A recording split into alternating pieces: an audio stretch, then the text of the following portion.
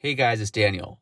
In this video, I'm going to be taking a look at how the Doors carried on after Jim Morrison's death, how his death impacted the Doors and the people around the Doors both professionally and personally.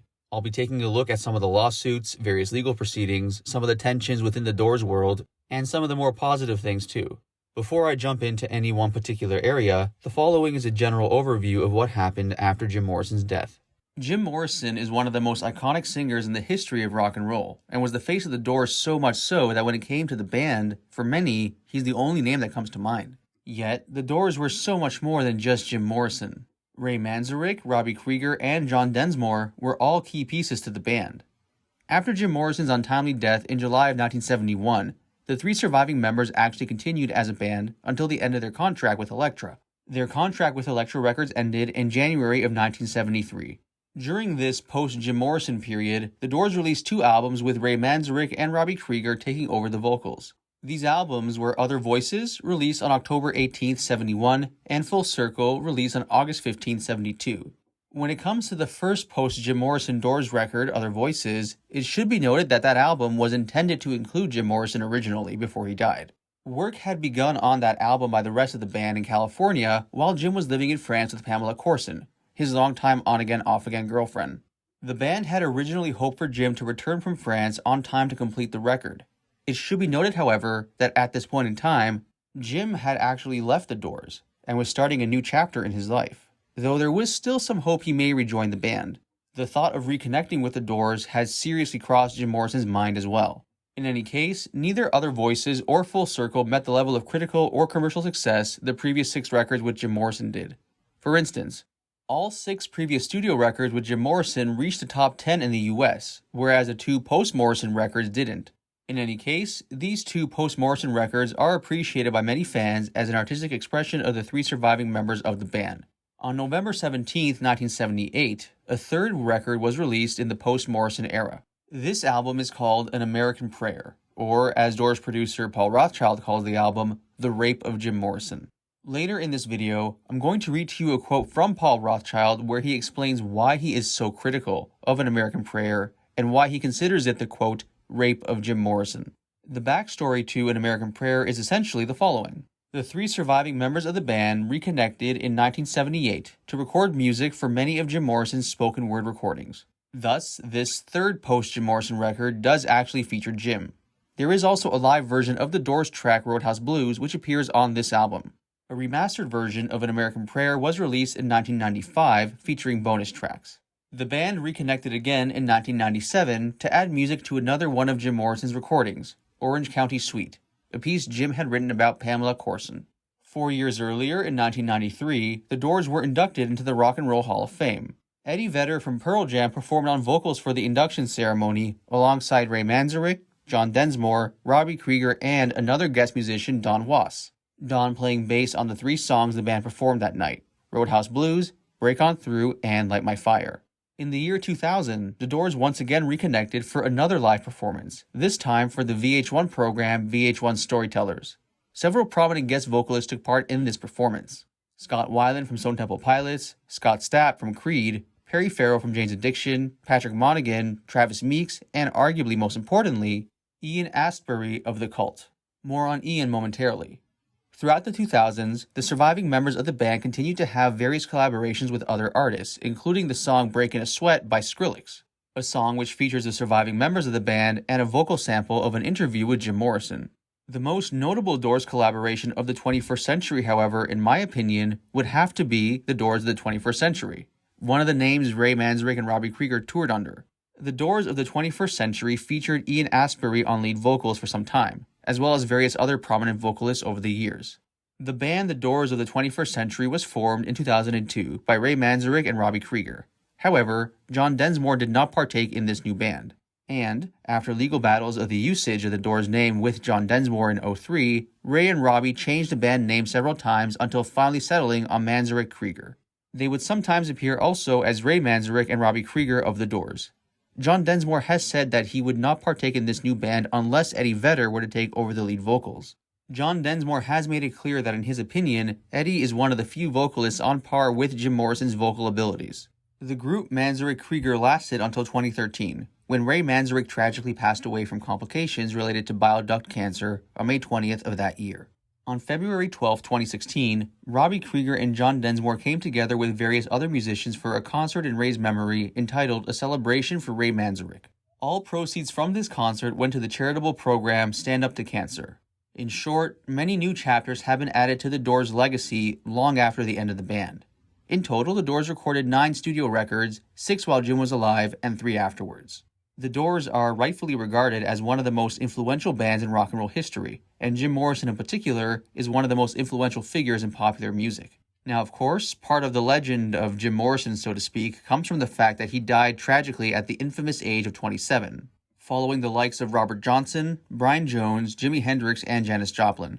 It should be noted that Jim Morrison's longtime on-again, off-again girlfriend Pamela Corson, the last person known to see Jim Morrison alive, also died at the age of 27. At the time of Jim's death on July 3, 1971, Pamela was 24. She passed away about 3 years later on April 25, 1974. The cause of her death was a heroin overdose. Officially, Jim Morrison's death is listed as heart failure, though it is believed by many that the actual cause of death was also a heroin overdose. There are other unverified theories about Jim Morrison's death as well. In any case, Jim Morrison is buried in Paris at the Père Lachaise Cemetery, while Pamela Corson was cremated at Fairhaven Memorial Park in Santa Ana, California. When it comes to Jim Morrison in particular, his gravesite in Paris has become a significant tourist attraction. Fans of his and the Doors make pilgrimages from all over the world to see him. So much so that there have been instances where the number of fans visiting his gravesite were in such huge numbers that scuffles had broken out between fans and local law enforcement. Throughout Jim's life, he rejected authority and had several run-ins with law enforcement himself. It's fitting then that this type of chaos would occur at his resting place. End quote. In a few minutes, I'm going to read to you a quote from Jim Morrison, Life-Death Legend by Stephen Davis, where the immediate fallout of Jim Morrison's death is discussed. But before I do that, I want to jump back to what I was saying about producer Paul Rothchild and An American Prayer. Paul Rothchild produced the Doors' first 5 studio records, as well as their live album Absolutely Live, and their compilation record 13. He was originally going to produce LA Woman as well, but he left the project early on. More on that later. In any case, Paul Rothchild was instrumental in the Doors' success. He was close with Jim and was highly critical of An American Prayer. He considered An American Prayer disrespectful to Jim Morrison's legacy and integrity as an artist. The following is a quote from Paul Rothchild where he elaborates on why he opposes An American Prayer as strongly as he does. This quote is from an interview Paul did with journalist Blair Jackson on July 3, 1981, 10 years to the day of Jim Morrison's death. Quote, I think anything that was done during Jim's lifetime that might have offended him would disappear in total insignificance compared to what I'm positive would have been his reaction to An American Prayer. That album is a rape of Jim Morrison. It was heavily edited. I have a tape of Jim reading most of the poetry in the style and meter that he intended. Jim and I discussed poetry a great deal. I got him to listen to poets like Dylan Thomas reading his own works, and Jim definitely got things out of it. Jim was always talking to me about the progress of words, their meter, their sequence, their flow. He was very concerned about how he presented his poetry. When I listen to that original tape, I hear something compelling. To Doors fans, and there are a few who've heard it, the poetry is chilling. To me, what was done on An American Prayer is the same as taking a Picasso and cutting it up into postage stamp-sized pieces, spreading it across a supermarket wall. All Jim's poetry has been cut into bits and spread across a long instrumental composition that is irrelevant. Jim never intended this kind of approach to be done with his poetry. When we went into the studio to record it, it was to get away from the Doors. In a way, it was his signal to the other Doors that he was moving away from them. He definitely wouldn't have used Doors music. He was talking to people as diverse as Lalo Schifrin, whom he wanted to write some very avant-garde classical music. He wanted it to be sparsely orchestrated. I think An American Prayer is rude. The Doors and Danny and me, anyone involved, should be concerned with preserving the integrity of the Doors' career and the memory of Jim. We should all tell the truth. An American Prayer was an embarrassment. It was the first commercial sellout of Jim Morrison. Jim would be humiliated by it as a sensitive person, and incensed by it as a poet. Damage is done, I'm afraid. Let's all hope that this sort of thing doesn't happen again, though, because it takes the Doors farther away from what they really were, one of the all-time great rock and roll bands. and the proof is already out there for everyone to see. We don't need any more convincing." End quote. Now, before I discuss the immediate fallout of Jim's death, I want to take a quick look at the last album Jim Morrison ever made. As mentioned, Paul Rothchild was originally supposed to produce LA Woman, the last record the Doors made during Jim's lifetime, but Paul left the project early on. LA Woman was recorded from parts of December of 1970 to January of 1971. This quote from Paul Rothchild is from 10 years after Jim Morrison's death in July of 1981. Quote, "I went to rehearsals with the Doors for about a month. They were set up in the basement of their offices on Santa Monica Boulevard, but it was a joke. They'd come straggling in. Jim wouldn't even show up half the time. There was no enthusiasm at all. They were drugged on their own boredom, just totally bummed out. Ray would try to get things together. He has this great enthusiasm. Still does. I love that man. John was really angry about Jim's attitude, and Robby sort of laughed at it and said, 'That's Jim.' It wasn't just Jim, though. They'd all been lazy. They only had 4 or 5 songs that were even defined enough to play as songs at that point. The most complete were LA Woman and Riders on the Storm, both of which I thought were great songs. My problem was I couldn't get them to play either of them decently. It was like trying to watch a 90-year-old man trying to run the marathon. There was simply nothing there. There was no energy. They couldn't have played Stormy Weather. Their heart wasn't in it, and it was easy to see why. Jim's heart wasn't in it. We rehearsed and rehearsed, but it didn't get any better. Finally, I said, let's go into the studio. We've got to make a record sometime. I figured I'd be able to do it like the last few records, patch together the best stuff. Ray would be a great cheerleader, and we'd finally get this thing going. Well, we went into the studio, and it was dreadful. Wall-to-wall boredom. Jim wasn't into it at all. He'd get into this spoiled brat thing and drag everything down deliberately. It was the military kid showing his father what a punk he could be. It was that simple. I'd work my butt off for a week, but it was still just awful. I'd go and tell them that, hoping that it would make them angry enough to do something good. This isn't rock and roll, it's cocktail lounge music.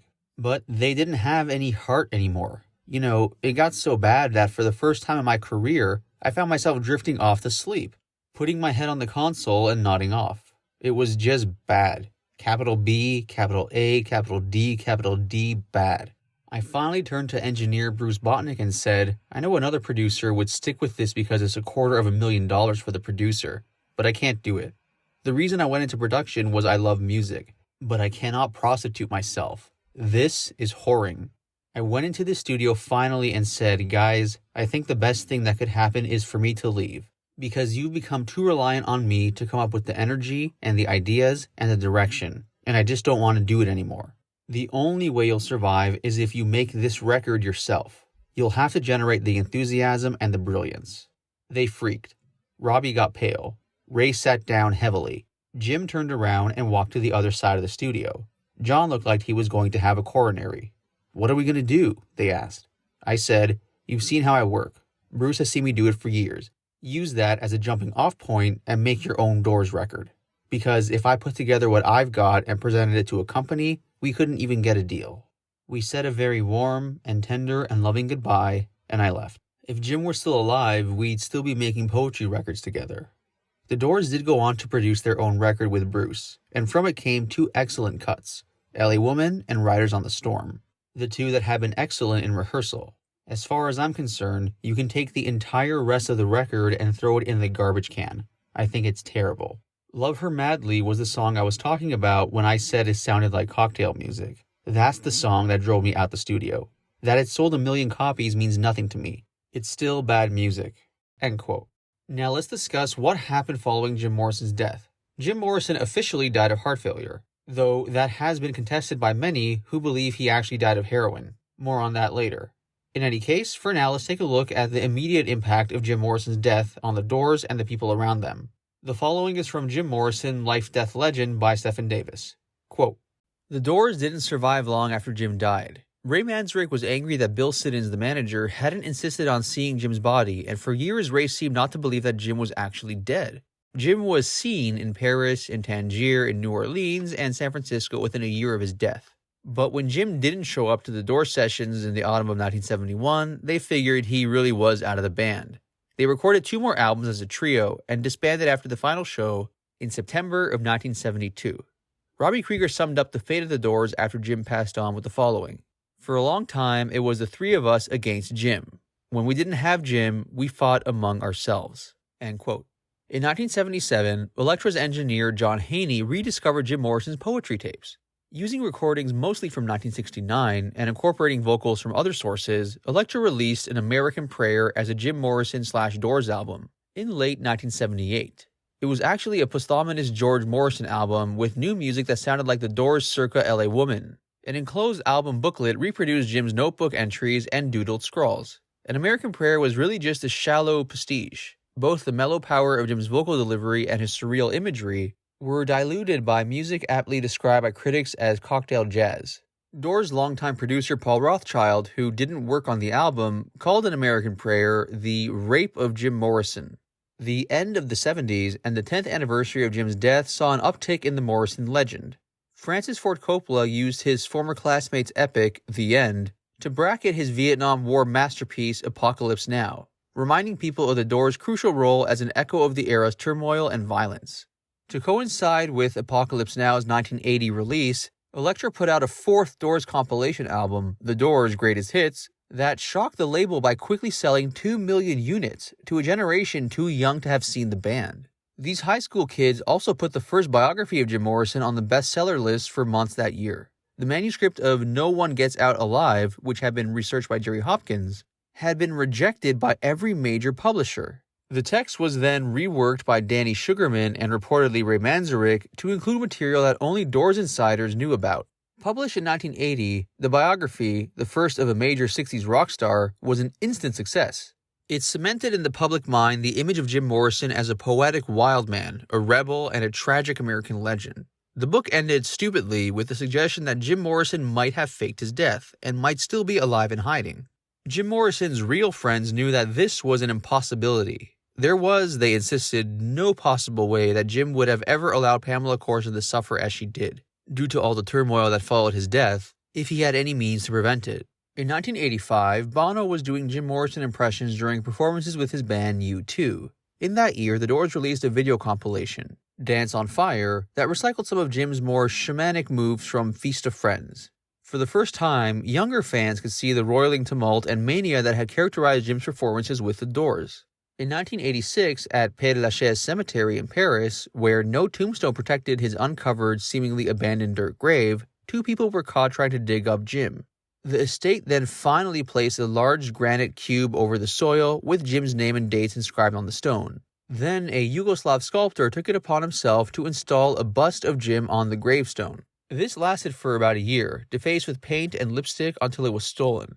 Until this day, Jim's grave has remained an important stop for the International Hippie Trail, as young backpackers and nomads included Père-Lachaise in their European itineraries. Scabrous, desecrating graffiti throughout the cemetery pointed the way to the obscure grave where kids gathered to strum guitars, smoke dope, light candles, read Jim's poems aloud, drink wine, and leave offerings of flowers, joints, snapshots, demo tapes, letters, cheap plastic lighters by the thousands. There was a major riot in Paris on July 3, 1991, the 20th anniversary of Jim Morrison's death. The Soviet Union had collapsed 2 years earlier, and the Iron Curtain that separated Eastern Europe from the West had come down. That summer, several thousand former inmates of European communism headed to Paris to visit Jim's grave on his death day. They'd been listening to him for almost 25 years with no way to make contact. By noon on July 3rd, 1,000 Poles, Hungarians, Czechs, Slovaks, Latvians, and Russians were mobbing the gravesite. They were drinking vodka, smoking dope, eating, fighting, fornicating on the surrounding tombstones, and just grooving. Jim would have loved it. By 3 in the afternoon, 2,000 more Moldovans, Georgians, Ukrainians, Romanians, even possibly Armenians, even though there already was a large Armenian community in France due to many of them escaping to France after the Armenian genocide, they all gathered and chased away the guards. The authorities grew alarmed and herded everyone out by closing time at 5 o'clock. The huge crowds waiting outside couldn't get in to pay homage to their rock idol. The party continued outside the gates when 3,000 people sat down in the street. As night fell, the crowd lit bonfires. Everyone got loaded. Jim's songs were chanted in strange accents. At midnight, the crowd set fire to a parked car and tried to ram it through the gates of Père-Lachaise so they could hang out with Jim. Suddenly, the CRS, the dreaded French riot police, were on top of them. There was mass panic, clouds of tear gas, blood in the streets, many wrecked cars, and 100 injuries after the riot cops in the black leather raincoats had sorted out Jim's unruly fans from the former Warsaw Pact. By then, many places where the Doors had once played no longer existed. The clubs had closed, the psychedelic ballrooms had vanished, and most of the arenas had been torn down or redeveloped. Quote-unquote traditional rock itself had died out by the early 90s and was replaced by alternative and grunge music that began in Seattle. Hundreds of radio stations in America changed their formats to the newer bands: Nirvana, Pearl Jam, Stone Temple Pilots. The older rock bands survived on classic rock radio stations that soon grew into regional powerhouses, purely on demographic lines.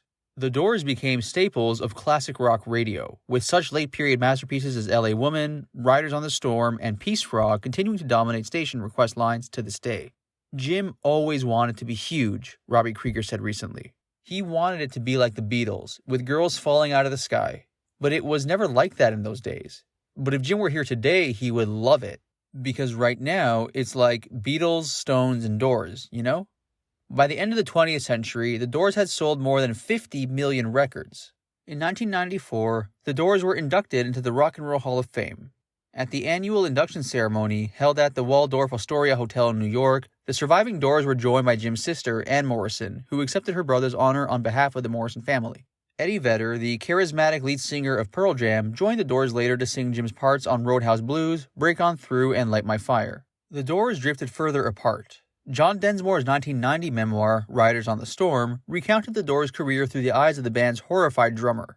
Ray Manzarek's 1998 memoir, Light My Fire, lashed back at Densmore and confirmed Manzarek as a 60s ideologue with little sense of humor, an absurd myth to evangelize, and many axes to grind. Densmore responded in 2002 with an article in The Nation where he defended his continued stubborn refusal to sanction the band's classic songs for extremely lucrative commercial exploitation. John Densmore declared himself the rightful legatee of Jim Morrison's anarchic stance as an American artist of conscience and someone who had never sold out.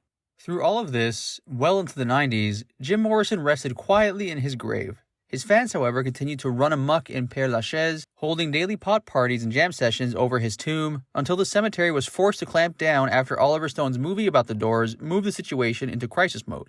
The cemetery's director complained to the Paris press that the situation was getting out of hand. There were reports that Jim would be dug up and evicted when the 30-year gravesite lease expired, unless his estate paid for erasing all the graffiti on the surrounding tombs and provided security for his grave. Sometime in 1995, the estate cleaned up Père Lachaise and established a fund for a permanent security detail.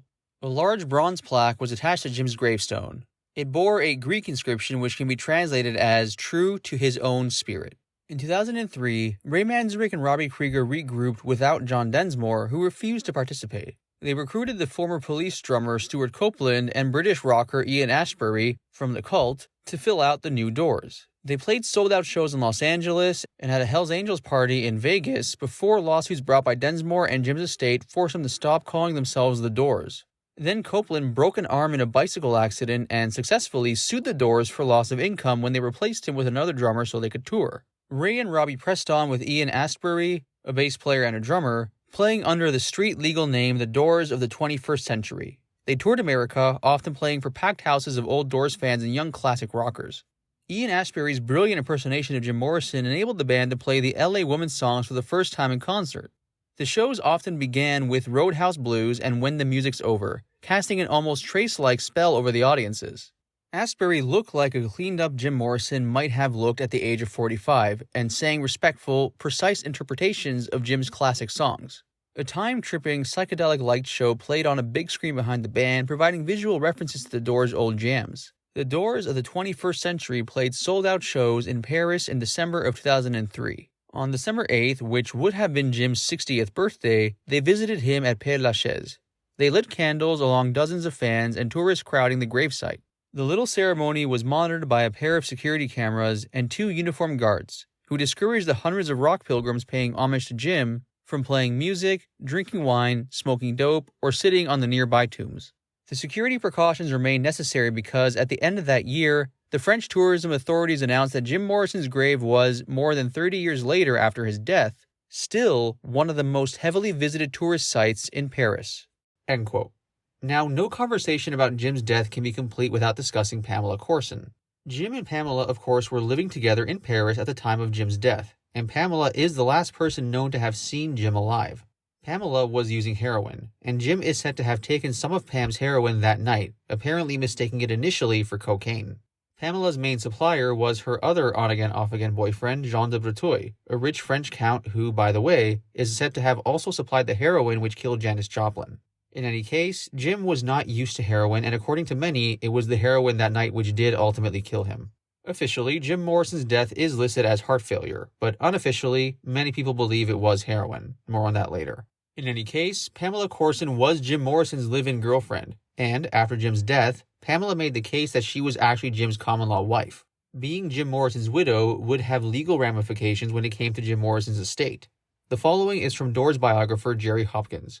Quote, in 1971, 4 months after Jim died, in an effort to bolster her claim and to be granted an allowance and an advance from the estate, which was still then in probate, Pam filed a, quote, declaration in support of widow's allowance, claiming that all time since September 30th of 67, I have considered that I was married to James D. Morrison, and that I was in fact his wife at the time of his death and am now his widow. It was in 1967, as Light My Fire was finally dropping off the charts, that Pam said she and Jim spent a night in Colorado Springs.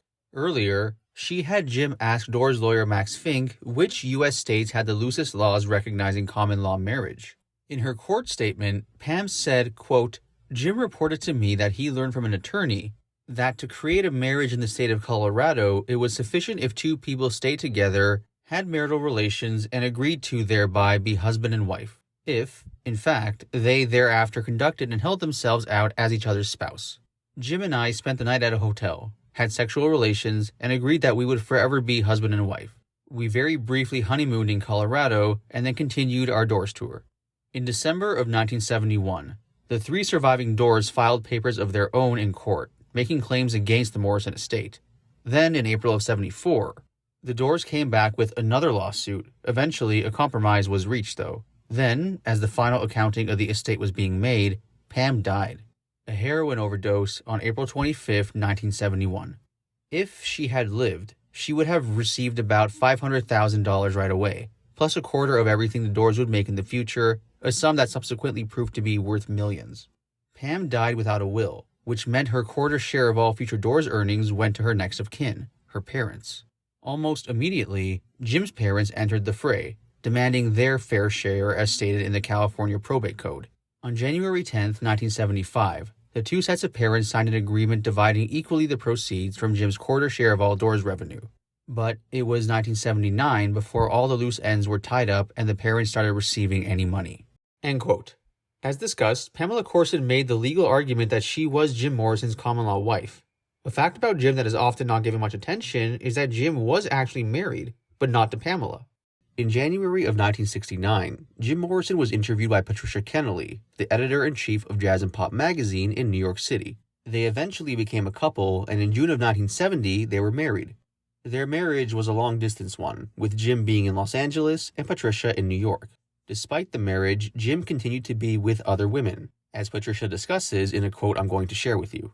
Though the two never officially divorced, they had broken up several months before Jim's death in July of 1971. In the following quote, Patricia discusses the last time she saw Jim Morrison, which was in February of 1971 in Los Angeles. In this story, Patricia ends up beating up another girl who was after Jim Morrison. Quote, I went to a recording session with my girlfriend, with whom I have been staying, and she made a play for Jim. I said, oh, that's a no-no. Wait until I leave. I don't care what you do, but not in front of me, please. I didn't care what Jim did. He was a complete polygamist. But she was really drunk, and Jim was easily lured away. She went to the bathroom, and 5 minutes later, Jim left. I found them embracing outside on the lawn. I walked over and said, get up. Jim was smiling. He thought it was funny. I said, come on up, both of you, up. But instead, the girl reaches up and pulls me down. I say, let me talk to him by myself. She went away. And he said, listen, I'm too drunk to do anything tonight. Just let me be with her. I said, look, it's my last night in LA, I'm going home tomorrow, and I'll probably never see you again. He said, well, I'm not going to spend another night with you. And I said, fine with me, but you're not going to spend it with her either. He got disgusted and went inside, and she came over and I said, I'm going to break your neck. She said, don't hurt me, it's not my fault. Then We go to a bar, where Jim tells her I'm a frustrated lesbian, and I go bananas. Absolutely bananas. We went back to her house and had a scene in the bathroom, where I told her to cool it, and she said, well, you've always known how fond I was of him. And I said, you jerk. You always told me it was the singer Chris Christopherson you were after. She then pushed me backwards and I fell into the bathtub. I got out of the tub, grabbed her by her hair, and slammed her into the side of the sink. I was going for her eyes when Morrison came in saying, now ladies. We left the bathroom and Jim started going through all the drawers in the apartment. We asked him what he was looking for, and he said, oh, I'm looking for knives and scissors, so you can't castrate me. We were flabbergasted. We didn't know what to do, so we watched him gather up all the sharp things in the house and put them under the couch. Then he laid on the couch and said he didn't think he had anything to do with the whole thing. He said he thought it was between us two, and then he passed out. She suggested we go outside to talk, so we wouldn't wake him up. Then proposed we share him, so we could keep him from the groupies and those who didn't really care for him. I saw red. I've never been that angry. It was like looking through red cellophane. I screamed, I'm going to kill you. I grabbed her, threw her down the stairs, gave her a couple of punches, threw her up against the wall, and she said, I don't want to fight you. I said, fight or I'll kill you. So she gave me a powder puff punch, and I went into a real rage, giving her a karate number with my foot in her stomach. Then I started punching her in the face, and finally, I went away. Just like that. It was over, and I was drained. I told her to take me to the airport, and I got on a plane to New York that morning. End quote. The following is another quote from Patricia where she discusses a conversation she had with Pamela Corson. In December of 1970, Patricia visited Los Angeles and stayed with Diane Gardner, the Doors publicist and a friend of the band. Diane was living at the time below Jim and Pam's apartment. Upon arriving in Los Angeles in December of 1970, Patricia left a message for Jim at the Doors office. Quote, Jim called half an hour later. Pam was upstairs at the time. The Doors were recording L.A. Woman and he asked me to come to the session. I said recording sessions bore me, so why not come here? He said okay and didn't show up. I didn't hear from him for 3 or 4 days. I was at home alone, the phone rings and it's some girl calling for Pam. Jim and Pam didn't have a phone. So I got Pam and I said, I met you once at the Hilton in New York and we had dinner with some people. Pam was really stoned and said, yeah, whatever happened to that chick, Pat Connolly? I said, Pamela, that's me. We ended up talking for 3 hours and got really stoned and drunk and things got said. There were no ill feelings. It was very lovely and very weird. End quote. The following is from Jim Morrison, Life, Death, Legend by Stephen Davis, where he discusses Pamela Corson's death and the subsequent legal fallout. Quote, Pamela Corson returned to Los Angeles a few days after Jim died and proceeded to play out a 3-year Ophelia-like mad scene. Reliable information about Pamela from this period is often unsupported and scarce since she lived in a demi-mundane life in a shadowy milieu of addiction, grief, and occasional mania. After recovering from her Parisian ordeal, she tried to resume her life in LA as Pamela Morrison. She talked to her dog as if she was talking to Jim. She always spoke of Jim in the present as if he were alive. The accountant informed her that Jim's estate, to which she was indeed the sole heir, could not continue to support her boutique, Themis, until the will was adjudicated, which could go on for years. Themis would have to close. Pamela became so enraged by this that she drove a car into the front window of the store. In November of 1971, she filed papers formally claiming the Jim Morrison estate, which was reported to include holdings in oil wells and California ranch land. The other Doors immediately sued Jim's estate for what they claimed were large outstanding cash advances that had been paid to Jim. The ensuing litigation left Pamela almost penniless. Pamela relocated to the Bay Area in 1972. She stayed in Bolinas with Ellen Sander for a while. Then she lived with some friends in Sausalito. Racked by crippling spasms of guilt, she would sit for hours by the telephone waiting for my old man to call. Ray Manzarek ran into her in Sausalito and wanted to ask her what happened in Paris. But when she saw him, she swooned in a paroxysm of grief and could only weep in his arms. A bit later, she contacted Jim's literary friend Michael McClure about Jim's remaining poetry. She loaned him the leather portmanteau, which she described as a doctor's bag that contained Jim's poems and notes, each filled in a binder and carefully arranged. McClure later returned the bag, expressing surprise at what he later called a miracle of order, and told Pamela that he felt the works could be published. Eventually, Pamela returned to Los Angeles. She had affairs with a younger rock star and an older French diplomat. She continued to have serious cash flow problems and a taste for heroin. To survive, she sold her jewelry, Jim's books, and anything that wasn't nailed down, though she managed to keep her small collection of Luger pistols. She was evicted from her house in the Hollywood Hills for non-payment of rent and moved into a garden apartment in West Hollywood. Paul Rothschild said that she used to turn up at his house at all hours, well supplied with barbiturates and heroin. She spent much of her time with Paul Rothschild crying. She kept saying over and over, "I just couldn't control him." Pamela had a lot of enemies. Some believe she had killed Jim Morrison for his money. There were people who were content to see her in extreme distress. They put out rumors that she was prostituting herself, but tracking these rumors always leads back to people who hated her. She may have been kept for a time by the rich Frenchman. Others swore or wrote in thinly sourced books that Pamela had confessed to killing Jim accidentally, that he had snorted massive lines of what she told him was cocaine, but which was actually China White. No one put it past her or stood up to say that it couldn't have happened. The Doors litigated Pamela for years. She had no money at all and had to be supported by family and friends.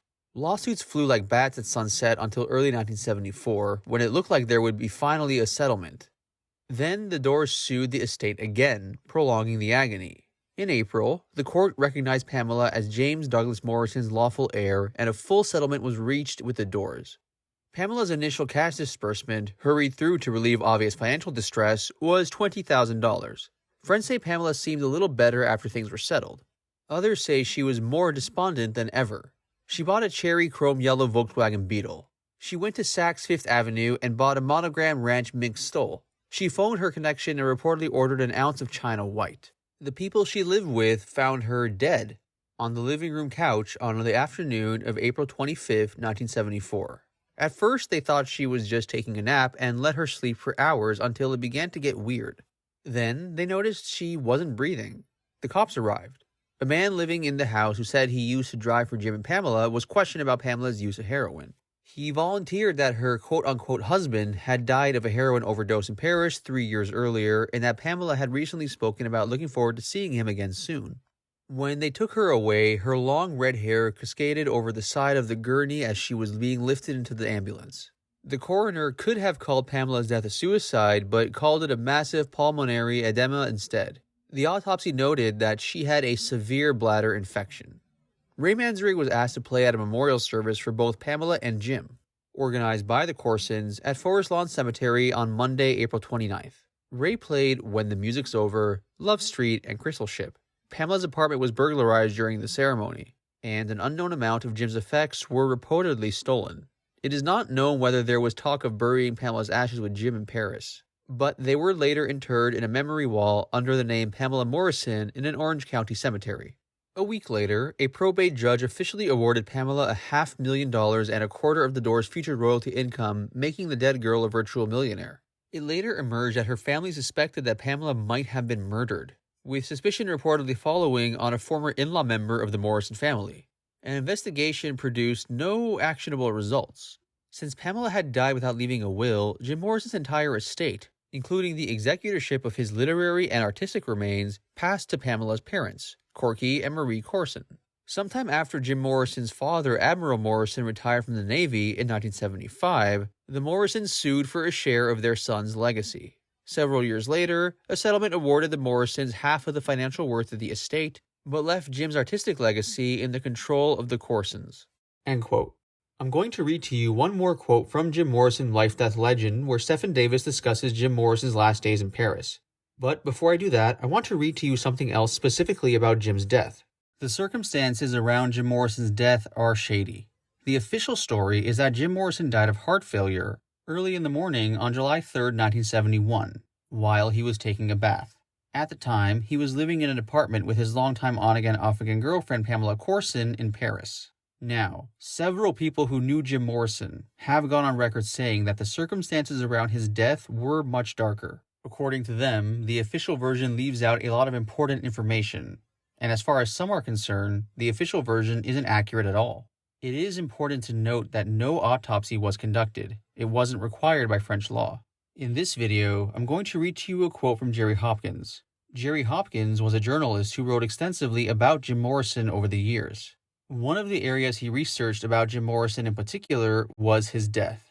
Quote, I was living in London in 1972, the following year, and I visited Paris several times in my search for information. The stories I was told about Jim's death were confusing.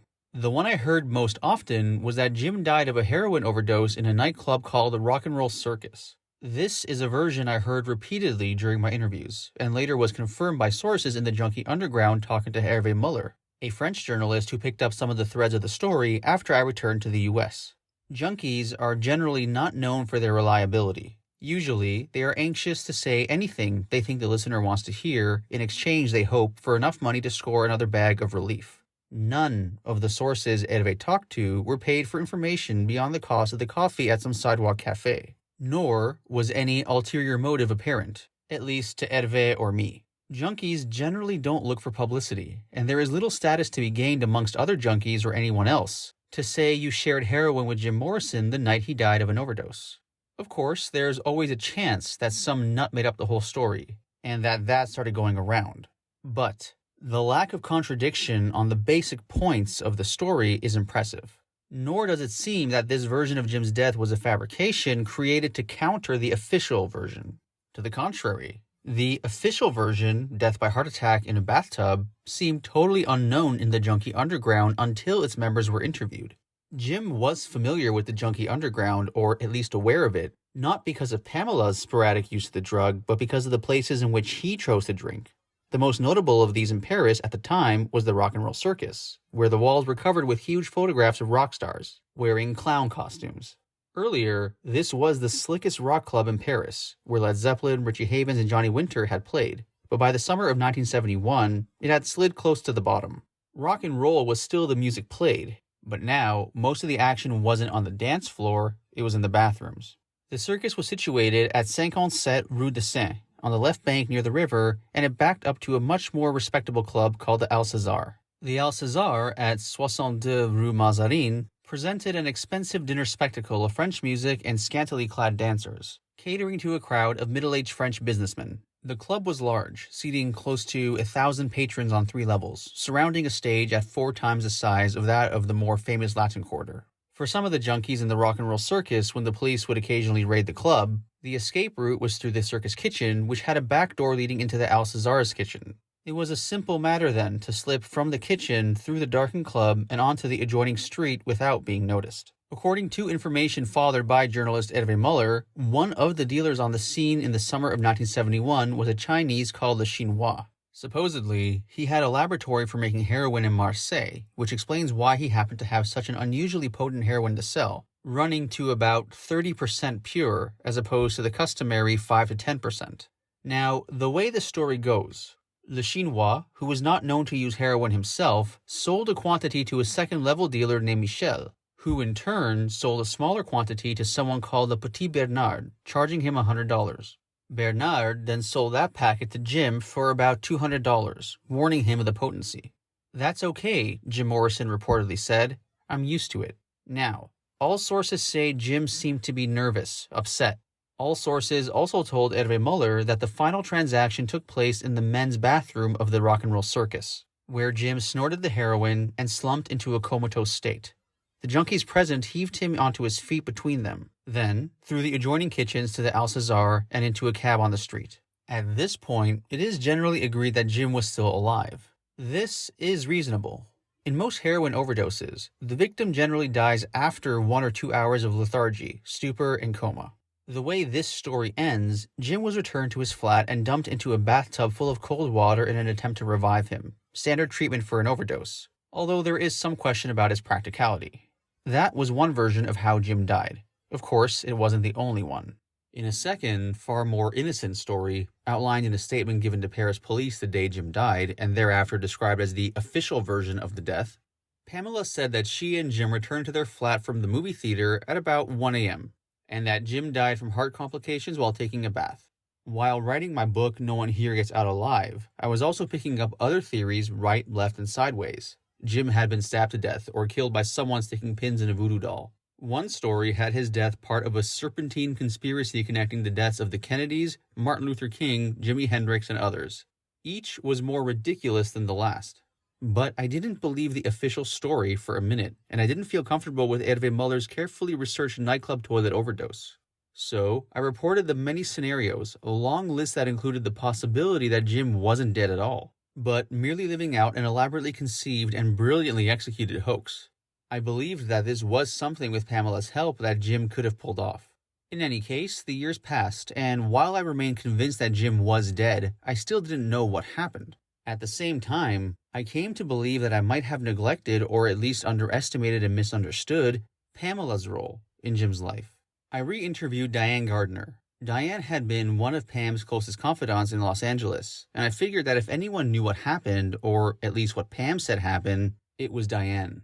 She said that for several months, Pam walked around talking to herself, rambling and making no sense, and when she did make sense, she blamed herself for Jim's death. I've never seen anyone feeling so guilty, Diane told me. She had tried to devote her whole life to one person. That was it. That was her life. Her whole life was him. And to have that kicked out from under you. As Diane and Pam spent more time together, fragments of the story came together, forming a believable scenario, explaining the source of Pam's guilt. Apparently, Jim and Pam had stopped at one or more sidewalk cafes on the way home from the movie, where Jim consumed several drinks. At home, Jim mixed another drink as Pam lined up some white powder on a tabletop. At this point, Diane is a bit vague. Jim had known about Pam's heroin use, but most agree that apparently he didn't know how frequently she used it. Diane told me that Pam seemed able to use it on a daily basis for a while, then merely stopped, suffering rarely from withdrawal. And, Diane said to her knowledge, Pam never used heroin with Jim or in his presence, at least until now. Jim disapproved of heroin. That was confirmed by everyone I talked to. Danny Sugarman, the 14-year-old high school student who hung out at the Doors office and 10 years later helped me get No One Here published, said Jim actually lectured him on the horrors and evils of heroin. So, Diane told me, when Jim saw Pam bent over a line of white powder, it is possible he thought it was cocaine. Jim liked cocaine. There is no reason to think he would have done anything but smile and join Pam on the couch and inhale the next line of powder. On the other hand, he could have sensed or realized that it was heroin. Diane told me that according to Pam, the talk about Jim's depression was real. His constant drinking only aggravated his depression. There is a theory that his death was a suicide. Diane doesn't dismiss that theory, at least not entirely. She told me that when Jim saw the powder lined up so neatly on the tabletop, he may have known it wasn't cocaine but heroin, and knew the dangers of what lay in its use, especially in combination with alcohol. Danny Sugarman told me a slightly different version of the same story. Danny said, I seem to remember Pam saying something about Jim discovering her heroin. Jim dumped a quantity on the table, deftly pushing it into long, thick lines, probably with the edge of a paper matchbook or a credit card. He inhaled the first line. Apparently, Pam said, Jim, don't do too much. Don't do too much. Instead of saying, Jim, it's smack, because she had been hiding it from him and she knew very well he did not do that. And he did not want her to do it. He saw what heroin did to people. He knew the hazards of it. So, I remember a feeling of guilt from Pam, and an implication that Jim had discovered her stash and Pam said, oh, Jim, it's just coke, which he wasn't really into at that point anyway. And Jim said, let's do some. He put it out and snorted it like it was coke. Danny insisted that he didn't know the true story, because this was only one of many that Pamela told. And the one she told most consistently, the official version of a heart attack in a bathtub, is, however, the version he believes. A variation of this story was told by Alain Ronay and Agnes Varda, friends of Jim's in France, to Paris Match magazine in 1991. In this version, Pamela took Ronay's arm in the Paris apartment as the doctor was examining Jim's body. Pamela said she and Jim had been snorting heroin for 2 days. Pam said they snorted heroin the night before and again that afternoon, after Jim had taken his walk with Ronay and before he went out to dinner alone. When they returned home from the movie and the bistro, the heroin came out again. Ronay quoted Varda as asking, who had the heroin? Was it you? Pamela said, of course.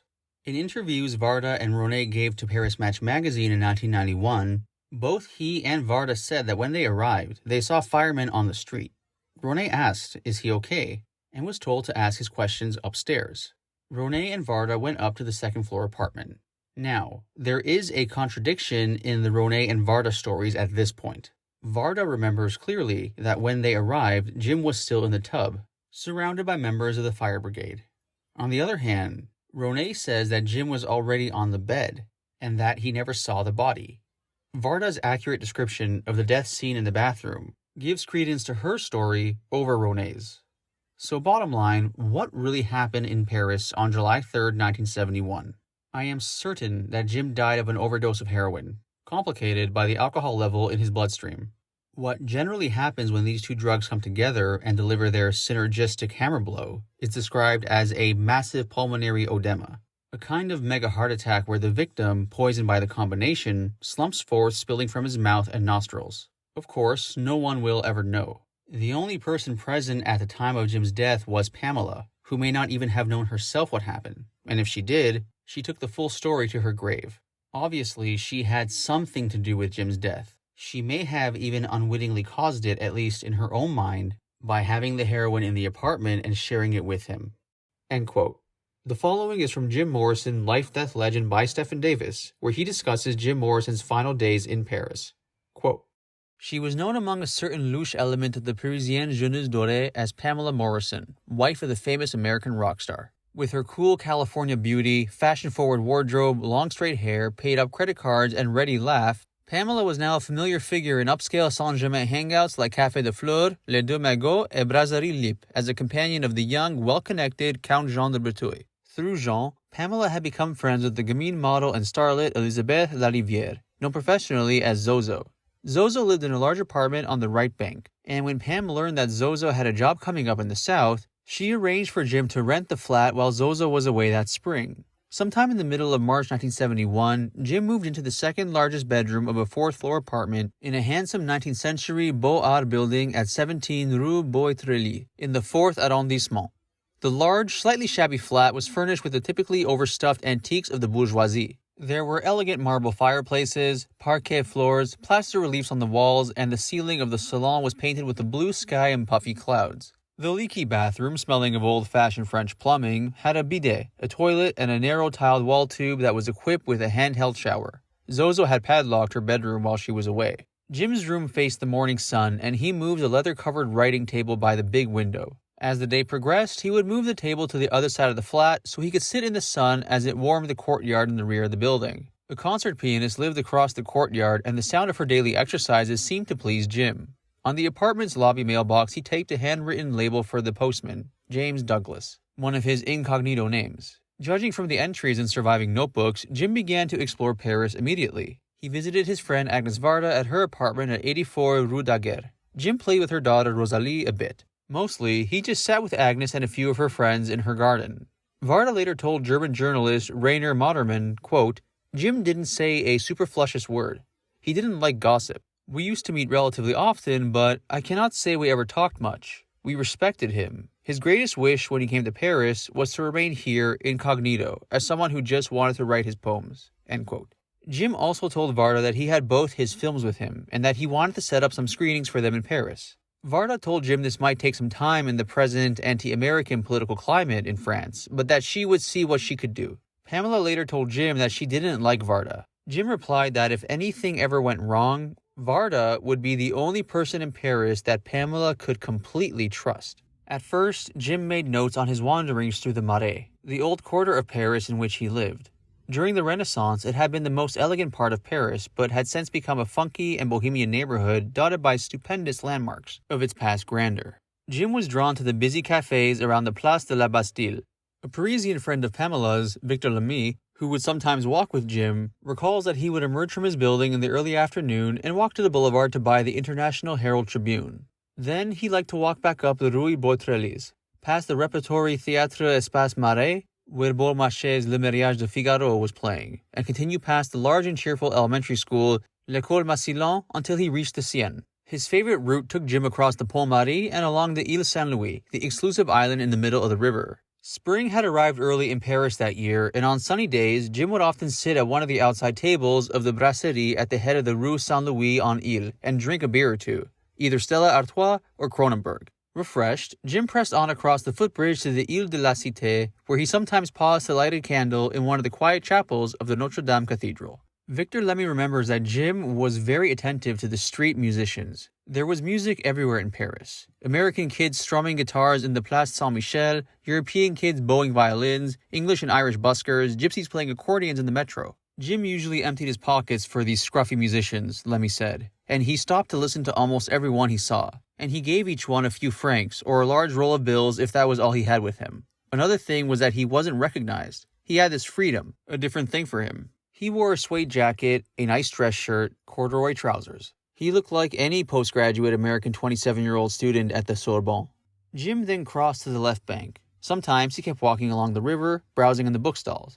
Other times he wandered through the Sorbonne, the University of Paris, and paused amid the many bookshops. Paris was still in the grip of the revolutionary events of 1968, and Jim often stopped to watch, with total fascination, student demonstrations turned into mini riots in the streets. The government was paving over much of the Latin Quarter because the demonstrators of '68 had ripped up the city's classic old cobblestones and thrown them at the riot police. In 1971, Jim Morrison saw the last of the old Paris streets before they were lost forever.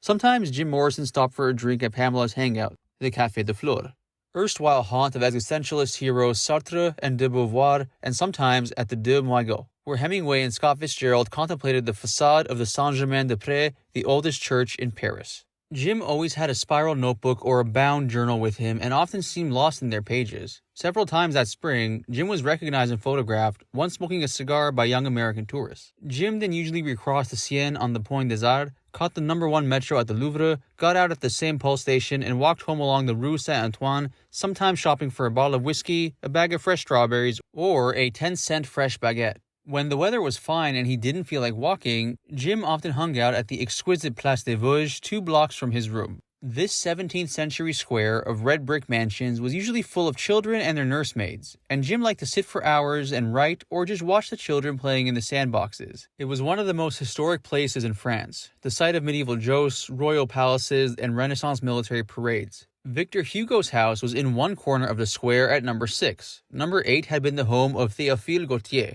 When Jim woke up, or came to, he often had coffee and croissant by the square. He told many of the people he met that spring, including Philippe Dalecki, that the Place des Vosges was his favorite spot in Paris. Philippe Dalecki was Zozo's boyfriend. He was tall, sympathetic, about 20. He spoke good English, played guitar, and was recovering from a near-fatal motorcycle crash.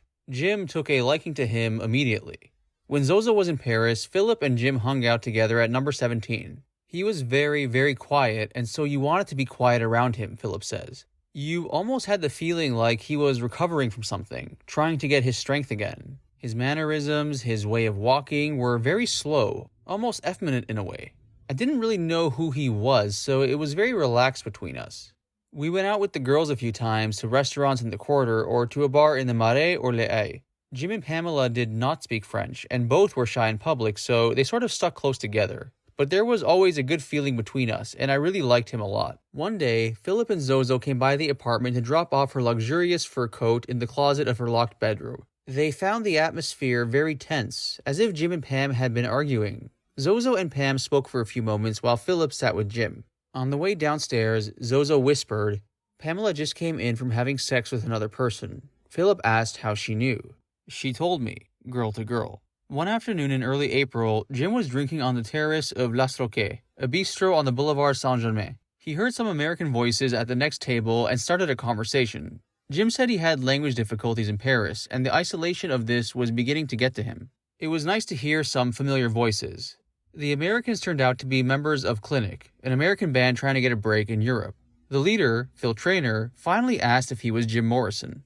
Jim nodded yes. They said they hadn't known Jim was in Paris. "Nobody knows," Jim said. Out came the guitars, and they jammed on blues songs for an hour or so. Jim was chain-smoking Marlboros and was coughing and spitting constantly. They all ended up drinking wine and whiskey at the apartment of someone Pamela knew. Jim smoked heavily, kept coughing, and got so loaded they had to put him in a taxi. It took 5 minutes for Jim to remember the address. Jim had cut down on alcohol when he first arrived in France, but after a month he started again. And the heavy, compulsive smoking began to take its toll. When Jim coughed up blood in April, Pamela told him to see a doctor at the American hospital in Neuilly. A physician exam and a lung x-ray turned up nothing obvious, and Jim was told to get some rest in a warm climate if possible. Jim and Pamela thought of the Côte d'Azur, where the Rolling Stones had just established themselves in their tax-related exile. But Jim wanted to see Spain and more of Morocco, so they left Paris in a rented car on April 10th and headed south into the lush and wet European spring.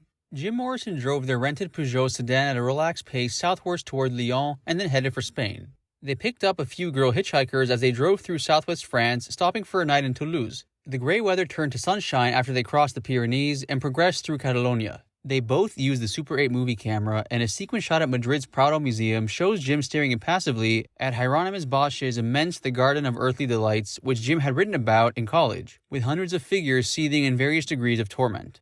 Jim sat in front of the painting for an hour, completely transfixed. They then drove on to Andalusia, a pilgrimage Jim had wanted to make for years. In Granada, they visited the Alhambra, the great Moorish palace whose gardens, architecture, and vistas were one of the wonders of the world. Jim was so taken with the poetry of the site that he insisted on visiting for several days in a row. Pamela shot film of him sitting by the great fountain guarded by stone lions.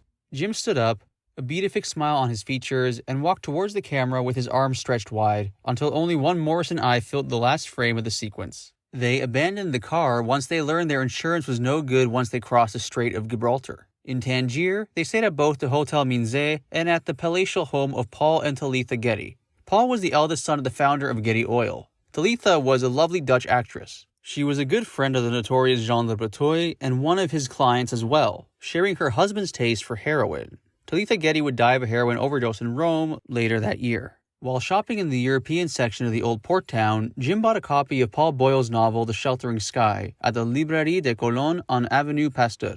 Jim and Pamela flew on to Marrakech, the ancient red-walled desert cavern terminus, where the Comtesse de Breteuil, Jean's mother and the grande dame of expatriate society, lived in a splendor at the Villa Taylor, one of the great estates in the old palm oasis outside the tumult of the old city. Jean was then living in Keith Richards' London house, but Madame de Breteuil had already met Pamela and warmly received her and her husband. They were given the top-floor bedroom of the villa's tower with surrounding views of the snow-capped peaks of the Atlas Mountains. The Countess told them that Winston Churchill had often stayed there when he came to Marrakech to paint after the war. One of the servants functioned as their guide, and they spent days exploring the souks of the ancient Medina. Jim loved the warren of sandy streets, dark alleys, and mud walls. The women were veiled, and the men wore djellabas with pointed hoods that gave them privacy. The sounds and smells were those of Africa, Jim noted in a journal that he left behind. In the evenings they often ate in the savory open-air restaurant of the Jama el Fana, the Square of the Dead. This was where the old salt caravans had stopped after crossing the Sahara, and it now served as a bus terminal and market. After dinner, they watched teams of acrobats and various bands of traditional musicians who competed for coins. Jim listened intently to the professional storytellers who drew huge crowds of country folk with their shouted tales of magicians and jinns. Surviving Super 8 footage shows Jim and Pamela in a horse-drawn carriage, in the evening being driven out to the Manara Oasis as the sun set over the mountains. Jim wanted to swim in the hot desert air, so they moved to the Hotel Marrakech, which had a pool. One afternoon, Pamela came down to the pool wearing a new white silk djellaba, one she had bought in the souk. She saw a cool-looking guy she thought she knew, talking to a couple of girls. Drawing closer, she saw it was Jim. He had shaved off his beard during the night. His hair was brushed back. He looked like himself again. Later, she told friends in California that at that shining moment, she immediately fell in love with Jim all over again. Their trip lasted around 3 weeks. On May 3, 1971, Jim and Pam flew from Marrakech to Casablanca and then on to Paris. When they got to their apartment, Zozo and some friends were in temporary residence, so Jim and Pam checked into L'Hôtel, an exclusive small hotel in the Rue des Beaux-Arts. L'Hôtel was famous for its discretion, and many celebrities felt comfortable there. It was also famous because Oscar Wilde had died in one of its rooms. His famous last words, "Either that wallpaper goes, or I do." Pamela had a huge problem now, because Count de Breteuil was in London and she wanted heroin. Jim told a friend of Zozo's that he didn't want Pam scoring on the street. And anyway, he supposedly said, "Scoring is a man's job." Around that time, a Paris match photographer saw a friend sitting with Jim at the Café de Fleur and said hello. A few minutes later, the friend came over to his table, explained that Jim Morrison wanted some heroin, and did he know where they could find some. The upscale junk-using denizens of Paris usually ended up at the Rock and Roll Circus, very late at night. The Circus was a big discotheque on the Rue de Seine, modeled on the American electric ballrooms of the 60s. The walls were decorated with large murals of English rock stars and Jimi Hendrix dressed as clowns. The club was famous for Led Zeppelin having jammed there 2 years earlier, but now a somewhat sleazy reputation for the drug and sexual commerce in the dark downstairs bathrooms. Yet, It was often packed with French movie stars, and the new Chinese heroin, China White, was sold openly in the club's dark corners. If Jim was getting heroin for Pamela, he was not to be outdone in the self-destruction sweepstakes. He was drinking heavily to match her heroin stupor, and began to act out while they were still living at l'hotel. One rainy morning at dawn, he opened the tall window of their second-floor room to let in some air, and then stood up on the iron railing just outside. As Pam looked on, Jim either jumped or lost his balance and fell out the window. There was a loud thump. Pamela ran to the window and saw Jim sprawled on the roof of a parked car. When she got to the street, he was already whipping the muck off his suede jacket. She tried to get him to come up to bed so she could call a doctor, but Jim said he'd see her later and ran off to look for a drink. They were at l'hotel for a couple of weeks and then moved back to the Rue Beautrellis. Alain René, Jim's old friend from UCLA, arrived in Paris sometime in May and started hanging out. René spoke the language and could get things done. He helped Jim carry firewood up the 4 flights from the lobby because Jim thought the building's heat was inadequate and said he was cold unless he sat by the fire. Pamela was stoned and in a trance most of the time. Jim seemed angry and frustrated that she wasn't really living with him and was quite content with her own independent life and friends. As the days got warmer, Jim walked to the Place des Vosges almost every afternoon, sat in the dark shade of the plane trees near the sandbox, and wrote in his spiral notebooks. One day, he opened the Herald Tribune and read the obituary of Warhol's ex-muse, Eddie Sedgwick, who had died in California of an overdose of barbiturates. In May 1971, Gilles Yepremian was an 18-year-old rock musician fan who occasionally hung out with his friends at the Rock and Roll Circus in Paris in hopes of seeking some of his heroes. One late night, May 8th, 71, he was checking out the original French rock star, Johnny Hallyday, as Johnny and his entourage got increasingly rowdy in the club's restaurant. As Johnny got louder and more annoying, the club's tough bouncers started hovering nearby. Suddenly, Gilles saw what he describes as a shadow leaping over his left shoulder. This turned out to be Jim Morrison, who was electing to leave the crowded club by trampling over tables and across the laps of other customers. Drinks were knocked over in the dark, candles were upset, people were shouting. They wanted to throw Hallyday out of the Rock and Roll Circus, Gilles recalls. But they couldn't because this guy was a national icon. It was much easier to throw Jim out instead because they had no idea who he was. He looked like an American student passing through Europe in an old green army jacket, blue jeans, and boots. The bouncers tossed an extremely drunk Jim into the club's outdoor vestibule. Gilles Yepremian had recognized Jim and followed them outside. Jim tried to get back in, but a bouncer barred his way and Jim fell down. Jim began bothering other customers as they tried to step over him. Jim then started kicking the glass doors with his boots, and it looked like the bouncers were going to sort him out. Yepremian had the good sense to intervene. I asked him, "Jim, are you Jim?" He looked away and said, "Yeah." And I said, okay, let's go. Come with me." Gilles got Jim upright and dragged him to a taxi idling outside on the Rue de Seine. Gilles asked Jim where he wanted to go, but Jim had passed out. The only place Gilles could think of to stash a comatose American rock star was the flat of his friend Hervé Muller, a well-known Parisian rock critic who was also France's premier Dylanologist. Gilles gave the driver Hervé's address, number 6 Place Tristan Bernard, and the taxi set off. As the sun was about to rise over Paris, Jim woke up while they were crossing the Pont de la Concorde over the Seine. "Stop the car," Jim shouted and jumped out. Gilles paid the driver and asked him to wait. Jim hopped onto the parapet of the bridge and began shouting. Gilles was afraid he was going to jump into the river. This also attracted the attention of 2 patrolling Paris cops, who stopped to see what was going on. "Jim," Gilles whispered. "Take care. Police are coming." Jim shouted and cursed. Gilles got Jim back into the taxi, but the driver was hesitant until Jim threw a huge wad of francs into the front seat. The driver became even more nervous and gave back the money. When they arrived at Hervé's building, Jim was shouting again. Begging him to be quiet, it was 5 a.m, Gilles started helping Jim up the 6 flights of stairs to Muller's flat. This took 40 minutes. Halfway up, as Gilles was prodding him along like a mountain guide, Jim turned to Gilles and stage whispered, "Shh, everyone's asleep." Finally, they knocked at the door. Inside, the young writer was asleep with his girlfriend, Yvonne Foucault, who eventually opened the door a crack.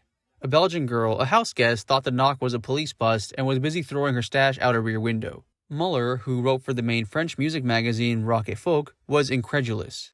Gilles recalls the following. "I said to Hervé, 'It's me, and I have Jim Morrison with me.' Hervé answered, 'F off, Gilles, it's 6 a.m. But he opened the door, and Jim Morrison, really gone now, brushed past Hervé until he reached his bedroom. Jim collapsed on Hervé's bed and immediately passed out. They tried moving him, but this proved impossible. Hervé and Yvonne spent the rest of the morning sleeping in sleeping bags in the living room. When Jim finally woke up that afternoon, he washed and got dressed, walked into the main room, and asked Hervé Muller, "Where am I?" Muller explained the situation. Jim shrugged, asked to borrow a hairbrush, and invited Hervé and Yvonne to breakfast at the Bar Alexandre. The food was superb, and Jim was in a good mood, discussing films and poetry and gently improving Hervé's command of California idiom. He talked about Pamela, saying they were just back from Morocco. He ordered a bottle of cognac, drank most of it out of his water glass, and soon got hellacious, bothering respectable people at nearby tables and throwing food. They normally didn't let hippies into the restaurant, but since Jim was already known for leaving obscenely large cash tips, the bistro staff left them alone. Hervé, not one to lose an opportunity, was taking photographs of the whole scene. After 2 hours, Jim staggered over to his favorite bench in front of the Alexandre and passed out. In late May of 1971, while Jim was living in Paris, the Doors office mailed him a copy of L.A. Woman, and Jim listened to it repeatedly. Ray Manzarek said that John Densmore then called Jim because the Doors were getting and turning down increasingly lucrative tour offers, since no one yet knew Jim had split. Gilles Premian said that when Jim got the Doors record, he did muse out loud about rejoining the band, but from the way he said it, Gilles could tell Jim didn't mean it. Doors manager Bill Siddons said he talked with Jim on 3 separate occasions. He said that Jim always seemed in good shape and sounded happy. Siddons told writer Patricia Butler, "We talked to him about coming back and all we ever got was, no plans, I'm having a great time. Maybe someday we'll do another record, but no plans." Jim was also in touch with accountant Bob Green when his money ran low. He sent touristic postcards, "The women are great and food is gorgeous," to the office and wrote letters to Michael McClure and a girlfriend in San Diego. He and Pamela took a day trip to the Château de Corson, an old country mansion southwest of Paris famous for its gardens. Sometime during these days, Jim wrote 2 drafts of As I Look Back, a nostalgic poem that would remain unpublished for 20 years. His friend Alain Ronet remembered that in Paris, Jim often spoke about his parents with affection, telling funny stories about his family. Before he had left Los Angeles, Jim had heard through old Navy family channels that his mother was concerned for his health. In Paris, according to Ronet, Jim asked Pamela to call his parents in Washington to assure his mother that reports of his poor health were exaggerated. One day, Jim and Pamela came to lunch at Hervé's flat with Jim's new friends, Hervé and Yvonne, Gilles Premian, and another music journalist, Henri-Jean Henou. Pamela was mistrustful and didn't speak, preferring to hide behind Jim's shoulder. They opened a bottle of Corsican wine, but Jim hardly touched his. Hervé was surprised Jim didn't get drunk. Instead, Jim thanked Hervé for helping him when he was drunk and gave Muller a signed copy of his privately printed An American Prayer. Gilles Premian recalls the following. Jim was very friendly, but it wasn't possible to discuss the Doors with him. If we mentioned the music, he just turned off completely. End quote.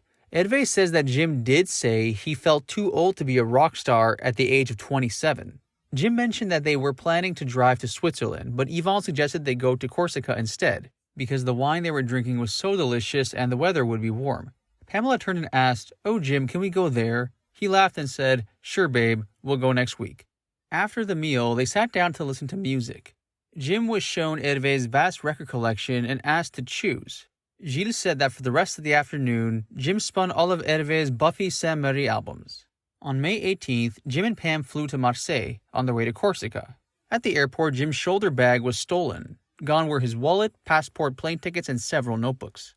They flew back to Paris, where Jim got new papers, then on to Corsica, where it rained for 10 days and they were bored. Footage from the trip features Jim and Pam wandering unhappily through a gloomy graveyard under lowering, ominous skies. One long evening early in June 1971, Jim and his friend Alain Ronet were standing on the top step of the long staircase leading up to Sacré-Cœur, the great white church at the summit of Montmartre in northern Paris. A band of black African musicians were banging away, and Jim stopped to listen a while. Gazing off to the east, Jim asked Ronet about the large green hill he could see. Ronet explained that it was Père-Lachaise, Paris's great cemetery. It dated from Napoleon's time and was where honored citizens like Chopin, Balzac, and Edith Piaf were buried. Jim insisted they visit immediately, but their taxi took an hour to fight through heavy traffic, and the gates were shut by the time they arrived. Jim and Elaine returned to the cemetery a few days later. They walked among the impressive monuments of the great artists and the florid 19th century tombs of the stolid bourgeoisie. When Ronay said he found the place a morbid experience, Jim protested that he liked the cemetery's spooky tranquility in the midst of the city, and that he definitely wanted to be buried in Père Lachaise when he died. On June 11, 1971, Jim went to see a play. Hervé Muller had gotten press tickets for American director Robert Wilson's Le Regard de Sourd, English title Deaf Man Glance, at the Théâtre de la Musique. Pamela didn't want to go, so Alain Ronay used her ticket. It was a colorful avant-garde production performed in French, enlivened by Wilson's bold staging that combined elements of architecture and painting. Wilson later famously collaborated with composer Philip Glass on the opera Einstein on the Beach. But the pacing was very slow and Jim became bored and thirsty and wanted to leave after the first act. Ronay persuaded Jim to stay, and later Jim seemed fascinated by the final tableau of naked actors pretending to be dead surrounding the assassinated revolutionary Marat, who had been stabbed to death while laying in his bed. After the play, they went to a cafe for drinks. Jim thanked Hervé Muller for the evening. It was the last time Hervé saw Jim Morrison. The last notebook Jim Morrison worked on is now in a private collection in Paris. He had obviously started the spiral-bound steno pad before he left LA, since the first entry is Cohenga Auto 4663268. The first 20 pages of the notebook are full of stanzas and imagery written in Jim's large-lettered handwriting. There are almost no crossouts, as if the notebook represented a confident and finished sequence of poems. Several pages are variants of older poems, such as The Ancient Ones, Winter Photography, and The Hitchhiker. Other pages contain only 1 or 2 lines, but variations in the writing style indicate they may have been thought over for days. The notebook contains both wonderful new poems and scabrous jottings. The lyrics for a new song, Now You Are in Danger, go as follows. Let the piper call the tune, March, April, May, June. The next page continues short lyrics for a blues song. We're two of a kind, you want years and I want mine. Page 17 of the notebook contains 1 line, she'll get over it. This notebook was in Jim's plastic bag along with 2 tape boxes, Jim's photo file, and some random papers when Jim ran into Philip Dalecki in the street. Jim thought he had recorded something interesting in Orange County Suite, but couldn't listen to the tape reel because he only had a cassette player at home. Philippe Dalecki, an acquaintance of Jim's in France, recalls the following. I remember that I was walking along Rue de Rivoli when I ran into Jim. We had a drink together in a bar, and he said he needed to make a cassette from a reel-to-reel tape he had in his bag. I said I could help him and went over to my place, 5 Rue Chagrin, near the Place de l'Étoile, about a 5-minute walk from the bar. I had a little home studio with a Revox tape recorder and a K7 cassette deck, so I did the job. We had another drink, then Jim quickly left with the cassette, like he was really excited to listen to it.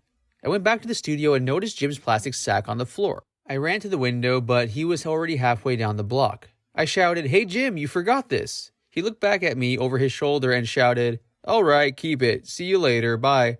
Philippe put the bag in a drawer. The next day he went to Saint-Tropez in the south of France with Zozo, who had a film job. He never saw Jim Morrison again. On June 29, 1971, a few days before Jim Morrison's death, Jim Morrison's secretary Robin Wardle was working with him. She was trying to reach someone at the Cinematheque to discuss Jim's films, which now included a recently received print of Granada TV's agitprop documentary, The Doors Are Open. But no one was interested. The Doors had never played in France because the second European tour had been cancelled during Jim's trial in Miami. Outside of a few thousand fans of American rock, Jim Morrison was unknown in his palace of exile. Jim also dictated a letter to the Doors' accountant, Bob Green, which was typed undated by Robin Wardle and mailed on June 28, 1971. In it, Jim was adamant about cutting ties to his former life, saying that, quote, Paris is beautiful in the sun, an exciting town built for human beings, end quote, and asking if it would be possible to stay here indefinitely.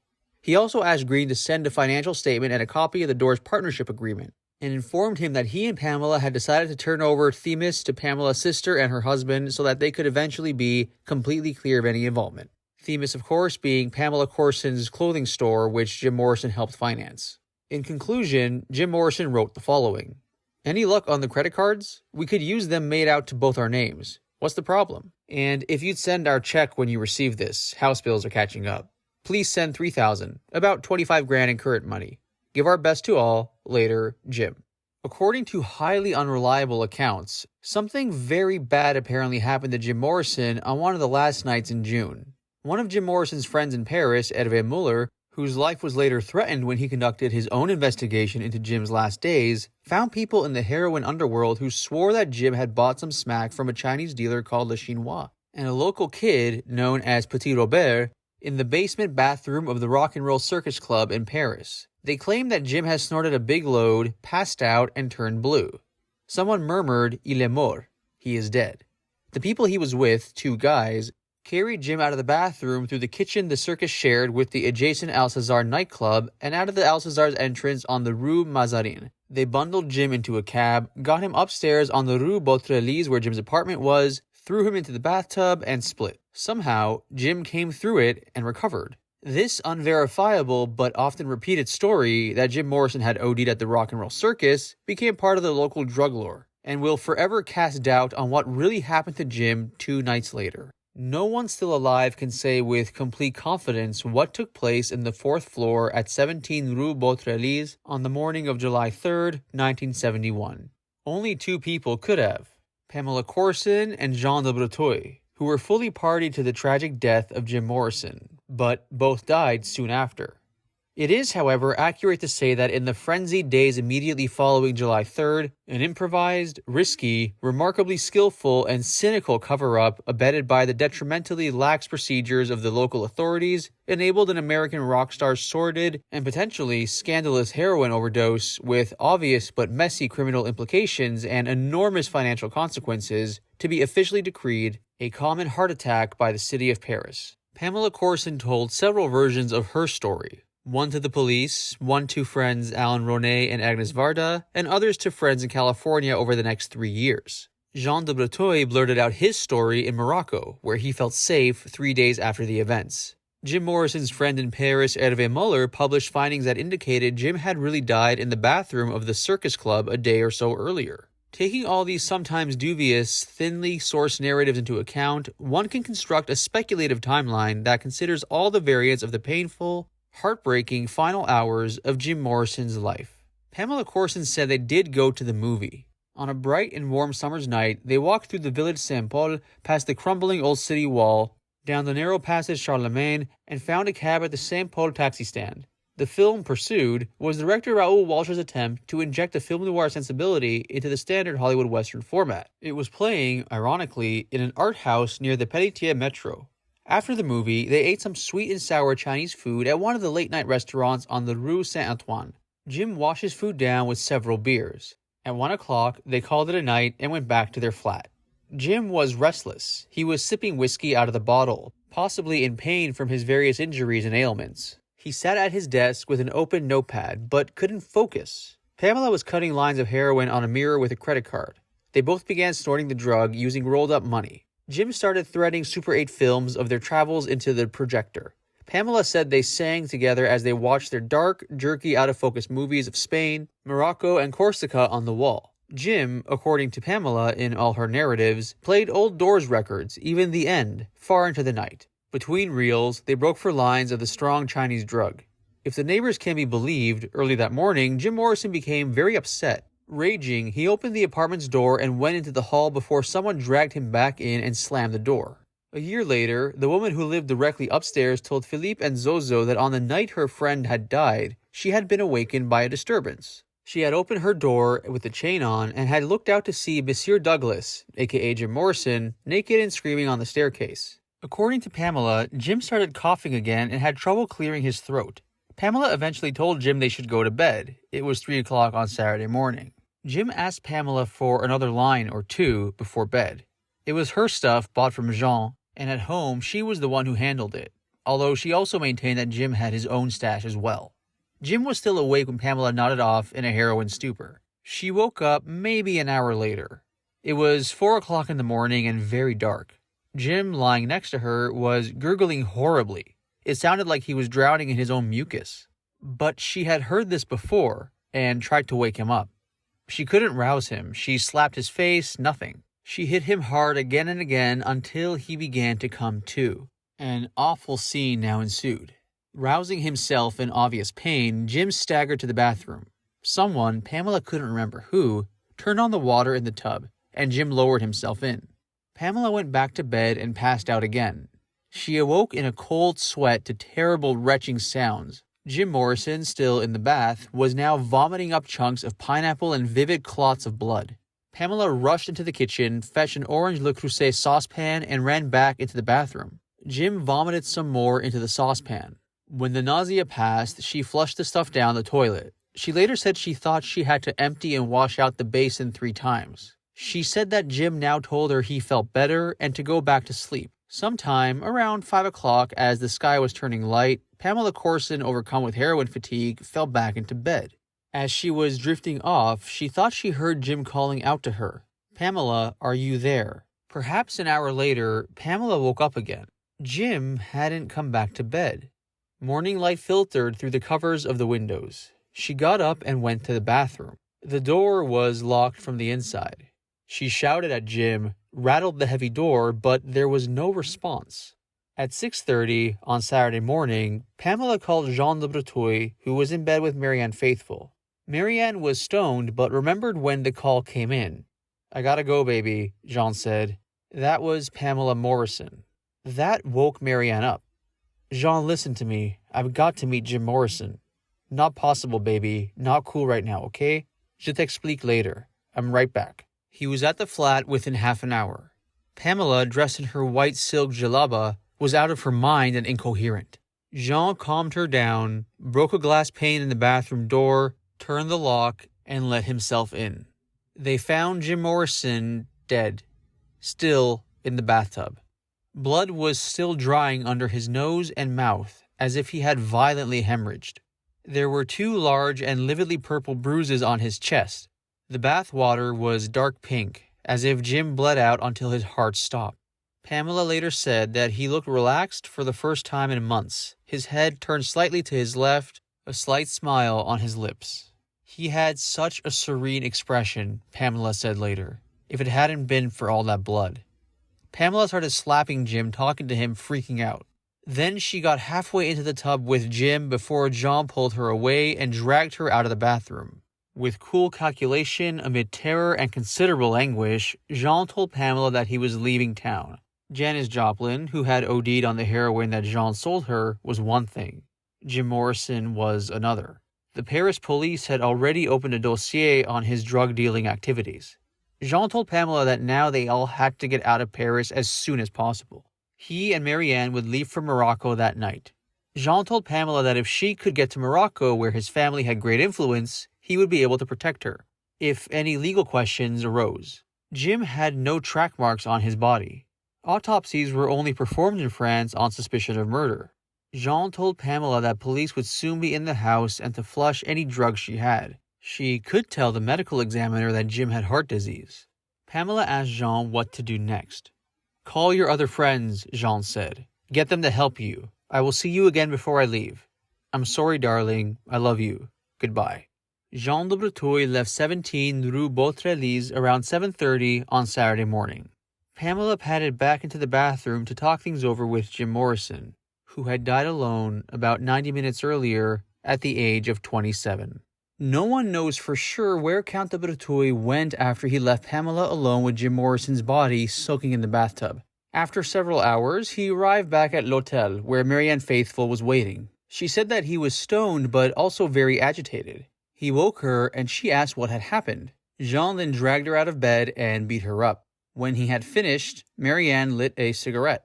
"Get packed," he growled. "We're going to Morocco. I want you to meet my mother." "But we just got here," Marianne replied. Jean didn't care. Marianne was getting the picture. They were blowing town fast. "What happened there?" she asked.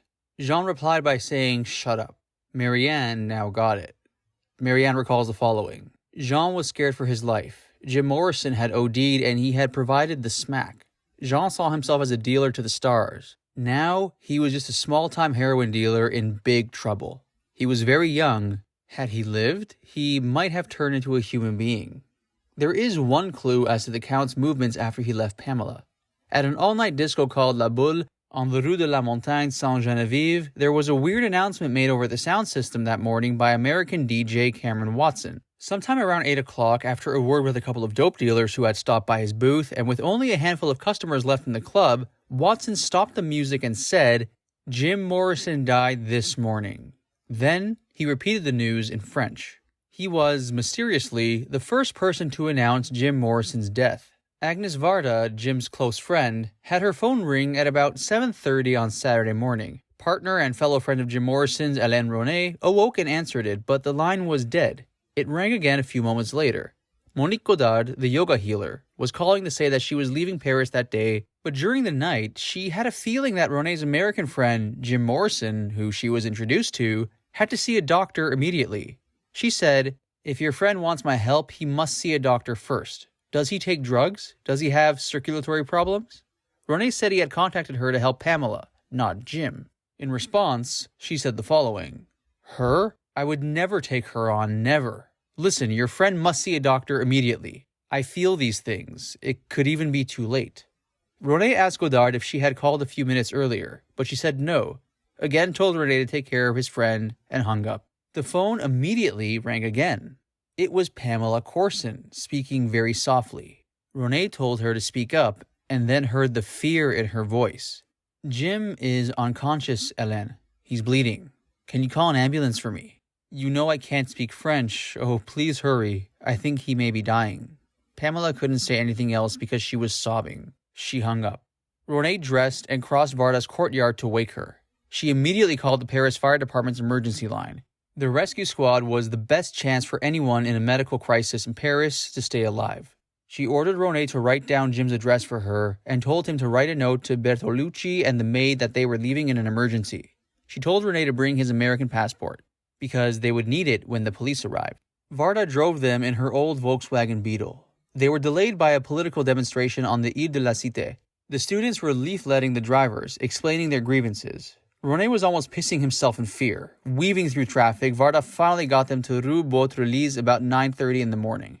Fire trucks, an ambulance, and a small crowd held back by a police officer were in front of number 17. When they got upstairs, Pamela was in the apartment's foyer, still dressed in her wet djellaba, surrounded by firemen. "My Jim is dead, Elaine," Pamela said. "I want to be alone now. Please leave me alone." Ronay was stunned. He glanced over at Jim's empty boots in the hallway, one in front of the other, as if he'd just stepped out of them. When the fire rescue squad had arrived a few minutes earlier, they had lifted Jim out of the bath and laid him out on the floor. They tried cardiac massage briefly, but the body was already cold. They had carried Jim to his bedroom and placed him on the bed. Pamela covered Jim with a blanket. Agnes Varda asked the fire chief if he was sure Jim was dead. With tender courtesy, the chief replied that the resident had been dead for at least an hour before they had arrived. Varda went into the bedroom to be with Pamela. A police inspector then arrived. When Varda came into the hallway, Ronay whispered to her not to let them know who Jim was or who she was either. "Don't exaggerate," Varda replied. "Believe me, they have no idea my films even exist." The inspector began to grill Ronay. "How did you know Mr. Douglas Morrison," one of Jim Morrison's incognito names in France? After establishing that Ronay was an American citizen, he asked about Jim's age, nationality, and occupation. What about the girlfriend? Did they use drugs? He turned and asked the paramedics to write a full statement. Ronay then told them, "My friend's name was Douglas Morrison. Douglas James Morrison, an American. He was a poet. He was an alcoholic, but no, he didn't use drugs." The inspector was skeptical. Looking around the flat, he remarked that poets don't usually live in such bourgeois surroundings. If he was really a poet, as you say, how could he afford some place like this? Ronay replied that Mr. Morrison lived on a private income, then pleaded that he was traumatized and couldn't answer questions. The inspector backed off a bit and said that if the medical examiner's report was satisfactory, the police would certify a death certificate and a burial permit. Otherwise, there would be an inquiry. Then he left. The bedroom door was closed. A hotel sign brought back from Morocco hung on the doorknob. It read, "Do not disturb" in French and Arabic. Suddenly, the door opened and all the firemen filed out and left the apartment. They were now alone. Ronay couldn't bring himself to go in. All he saw were Jim's bare feet hanging off the edge of the bed. Pamela came into the hall, still in her djellaba. Ronay told her he had reversed Jim's name for the police, and she said she had done the same thing. Agnes then came out and took them into the salon. "Tell us what happened," Ronay urged Pamela. "We won't be alone much longer." Pamela began to pick at the embroidered silk threads of the sleeves of the djellaba. They went to the movies, she said. They ate and came home. They sniffed heroin. Varda asked, "Who had it? You?" "Of course," Pam answered, almost proudly. "I'm the one who holds it." She turned to Ronay and said, "Alain, why haven't you seen him yet? My Jim, man, he's so beautiful. You should check this out, go see." Ronay ignored her. What happened next? Pamela told them about the films, the records, the coughing and breathing problems, and the crisis that led Jim to the bathtub. She left out the mad scene in the hallway, the bathroom door locked from the inside, and the involvement of Jean de Breteuil. Both women began to weep. Agnes, overcome, took Pamela's hand. The telephone rang. Varda said something about the phone possibly being tapped. The caller was Jean de Breteuil. Ronay went out to buy cigarettes. The ambulance was still in front of the building. A few people were still gathered, gossiping about the young foreigner they had often seen walking through the corridor for the past several months, who had died in the night. There was still no idea of who he really was. But 2 long-haired young dudes in silk scarves and leather jackets were loitering as well, and they followed Elaine up the steps. They introduced themselves as Jean and Jean-Louis and asked to see Pam. When Ronay protested, Jean said, "Look, she called me, and I know everything." Varda appeared, ready to brook no nonsense. "I lived with Pam for 6 months," the Count blurted. "She wants to see me." Varda told him to get out, but Pamela emerged from the bedroom. She called the Count to the other bedroom. They sat on the bed and talked for a while. Ronay interrupted them. There would be a scandal if the Count was there when the medical examiner and the cops arrived. They had to get Jim buried before questions could be asked. As he was leaving, Jean told Ronay that both his London digs and his Moroccan homes were at Pamela's disposal. On his way out, the Count tripped over something that was under the carpet of the foyer. It was a hash pipe. Jean put it into his pocket and left with his friend. That evening, he and Marianne Faithfull took the night flight to Casablanca. Back at the flat, Pamela assured Ronay that all the dope had been flushed. She went into the bedroom carrying a pile of papers and copies of an American prayer and locked them in Jim's desk. Agnes said she wanted to leave before the medical examiner arrived and told Pamela that she could stay at her house. When Varda left, Pamela started to burn papers in the fireplace. Anything with Jim's name on it went up in smoke. She also burned some of her own letters, a journal, and files relating to Jim's various arrests in Los Angeles. Ronay said he thought the cops would smell the fire on what was turning out to be the hottest day of the summer and ask questions. Pamela didn't care. Some of her letters, she explained, were like diary entries about Jim and drugs. She then produced an application for a marriage license from Denver from 1967. She asked, "Will they accept this? Do they know English?" Ronay assured her that it wouldn't work. Next, Pamela broke into Zozo's padlocked bedroom with the fireplace hatchet and emerged wearing a full-length mink coat. "It's mine now," she told Ronay. "I'm taking it with me. She'll never give me back all the money we paid her in advance." Ronay said later that he convinced Pamela that she was in enough trouble already and she hung the fur coat back in the closet. The doorbell rang. It was the doctor, a short, stocky, middle-aged man carrying a black bag. "Where's the corpse?" he asked. Ronay pointed to the bedroom. Following legal procedure, the doctor demanded that Ronay accompany him to lay out the body. Ronay begged off because he didn't want to see Jim, but Pamela then appeared, apparently in a trance. Speaking in an artificial voice, she took the doctor's arm. "This is my very beautiful man, sir," she said, as she took him into the bedroom. The exam was completed in less than 5 minutes. The doctor came out and asked Ronay to translate Pamela's answers to his questions. He asked for Jim's age and was shocked when he was told he was 27. "I was going to write 57, the doctor told Ronay. He asked if Jim ever used drugs and was told no, never. Ronay tried to tell him about the coughing spasms, but the doctor waved him off. "All right, I understand," he said. He filled out a form and handed it to Ronay with an envelope. "Take this to the civil registry of the 4th arrondissement," he said, "and show it to the clerk. They will give you the death certificate." Then he offered his condolences to Pamela and left abruptly. It was now around noon. Ronay said that they then went to get something to eat. Then they went to get the death certificate. The office, though, was closed, so they came back later. The lone woman on duty on a sleepy Saturday afternoon scanned the papers and told them that their request for a death certificate due to natural causes would be denied. She made a phone call and handed the receiver to Elaine. The prefect of police angrily told Ronay to get back to number 17 within 10 minutes. The police arrived half an hour later. They found Pamela sitting demurely in the bedroom next to Jim's body. She was holding hands with Jim, talking to him quietly. The inspector, Captain Barry, was brisk and unsympathetic. Jim had been cleaned up with no traces of blood or any needle marks. The police quickly inspected the apartment and found nothing. The fresh ashes in the fire grate went unnoticed, but Captain Barry was bothered by the scene. He obviously smelled something very wrong and 20 years later told an interviewer that he thought Mr. Morrison had overdosed on drugs. He arranged for the senior medical examiner to arrive later to look at the corpse. Finally, he told Pamela that if the new doctor found nothing amiss, they would receive the death certificate and burial permit. Ronay asked when they could remove Jim's body. Captain Barry replied that they couldn't. It might have to be sent to the police morgue for analysis. The corpse will remain here until further instruction, he told Ronay. The only problem will be the heat of the next few days. Ronay protested that this would inflict great cruelty on Pamela, but the officer was unmoved. He said certain normal arrangements for this would be made, and that they now had to come with him to the Quartier de l'Arsenal police headquarters to make a statement. Pamela and Ronay sat in the back of the police sedan. Ronay whispered to Pamela to cry a lot and make it look good. In an office upstairs, a triplicate official form was rolled into the typewriter and Pamela began telling her story in English, which the inspector now told them he knew perfectly well. Pamela perked up a bit and spoke with some animation. She said that the movie they had seen was called Death Valley. She left out the heroine, Jim's outburst, and the count, so she blundered into several inconsistencies and mistakes. As police sirens sounded outside, Ronay was afraid she was telling too much and could get herself in trouble now. "So," the inspector asked, disgusted, "you abandoned him 3 times to empty the basin you said he vomited in? 3 times? And where did you empty and wash the basin?" Pamela said the sink, which Ronay thought was the wrong answer. The inspector looked at her sharply. When she described her violent efforts to arouse Jim by hitting him in the face, Barry shook his head in obvious contempt. Turning to Ronay, he fired off questions in French. "Let's get this finished. What was this girl to him?" Ronay answered, "She was practically his wife." The cop wrote concubine, the official word for unmarried spouse. "Did they have sexual relations the night he died?" Pamela answered no.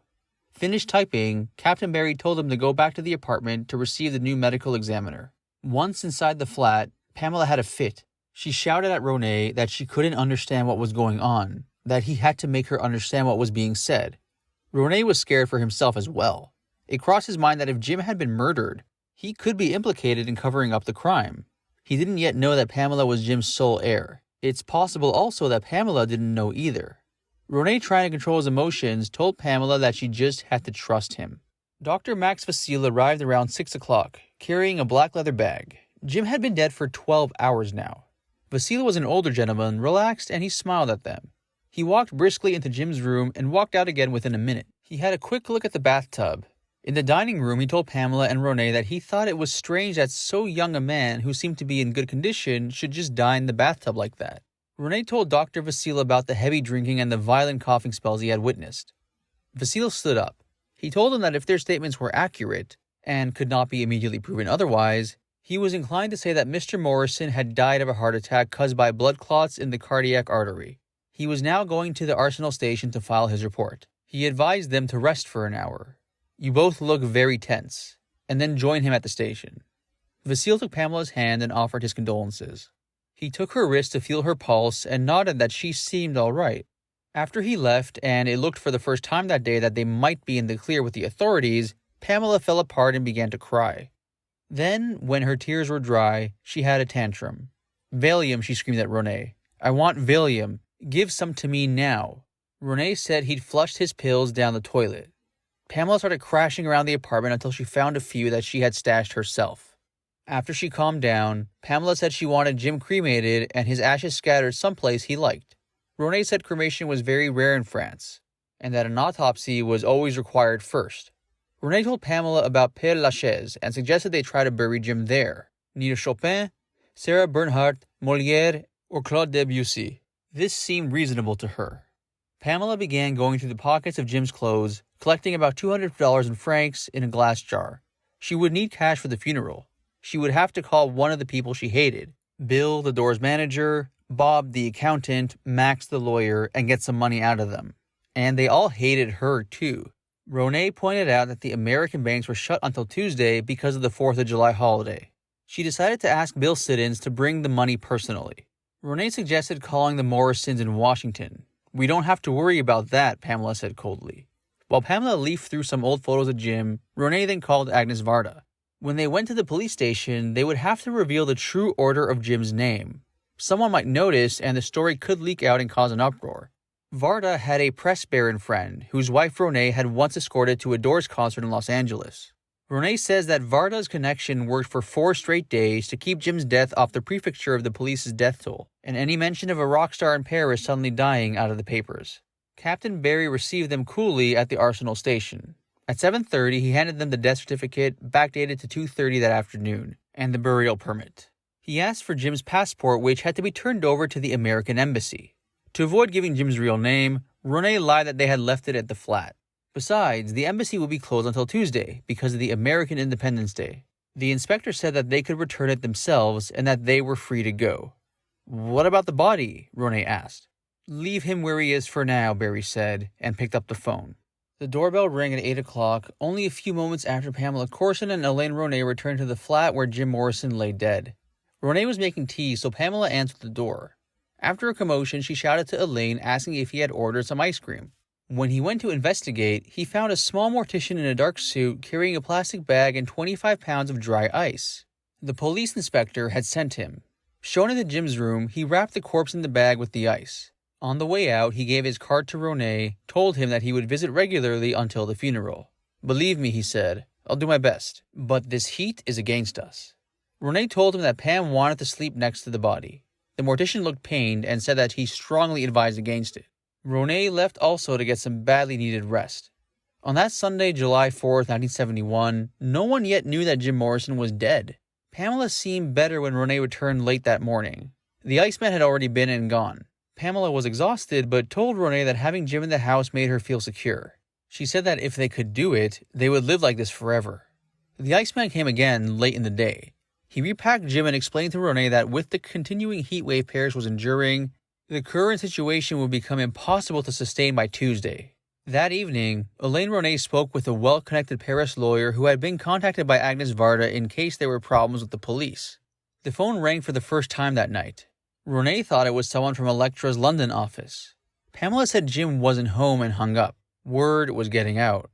A Radio Luxembourg disc jockey named Jean-Bernard Herbet had heard the mysterious announcement the other night at La Boule about Jim's death and mentioned it on his show, later on Sunday. A Paris party girl told her journalist friend that she had heard the disc jockey at La Boule announcing Jim's death, and she knew that Jim was in Paris. The journalist checked the wire services and found nothing. His editor told him to call the record company for a statement. In London, Elektra's executive Clive Selwyn was soon asked if Jim Morrison had died in Paris. Selwyn replied that he had no idea Jim was even in Paris. He called Elektra executives in Los Angeles. Someone got him Jim's phone number. There was no answer. Then, a woman finally picked up and said that Jim wasn't home. So he called Bill Siddons, the band manager. On Monday, after a second night spent lying next to her decomposing boyfriend, Pamela consented to a burial as soon as possible. Ronay walked across the river and found the house of Bigot, the undertaker, in the shadows of the twin spires of Notre Dame Cathedral, where the old monastic cloister had once stood. Mr. Guillard, the director, explained that everyone wanted to rest at Père Lachaise and there were very few spaces left.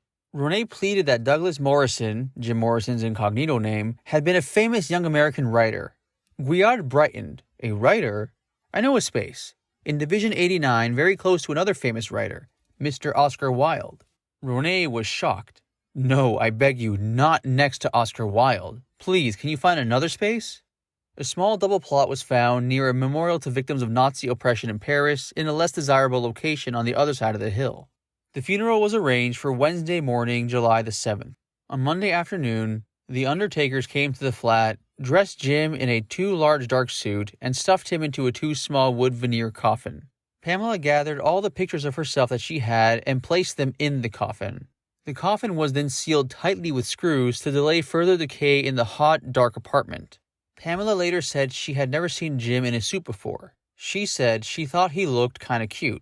On Monday, July 5th, 2 days after Jim Morrison's death, the Doors manager Bill Siddons got a phone call in his Los Angeles home at 4:30 in the morning. Before he picked up, Cherry Siddons said, "Something's happened to Jim." It was Clive Selwyn, the Elektra Records executive in London, calling with the worst possible news. Siddons called Jim's Paris number, but no one answered. He tried again at 8 in the morning. This time, Pamela picked up. She sounded very nervous. Bill told her there were rumors that Jim had died. "No," she said, "that isn't true." Siddons then asked to speak with Jim, and Pamela began to sob. He told her he wanted to help her and booked a seat on the next plane to Paris. Then he called Ray Manzarek.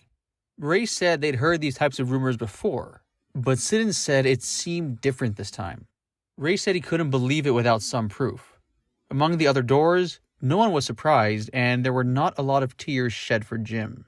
Bill Siddons arrived at 17 Rue Beautreillis in Paris, Jim's apartment, at 9 o'clock on Tuesday morning. He found Pamela with Jim's secretary, Robin Wardle. They explained that Jim was in his coffin, which had been sealed for health reasons. Pamela was distraught and preoccupied with getting her things packed so she could go home.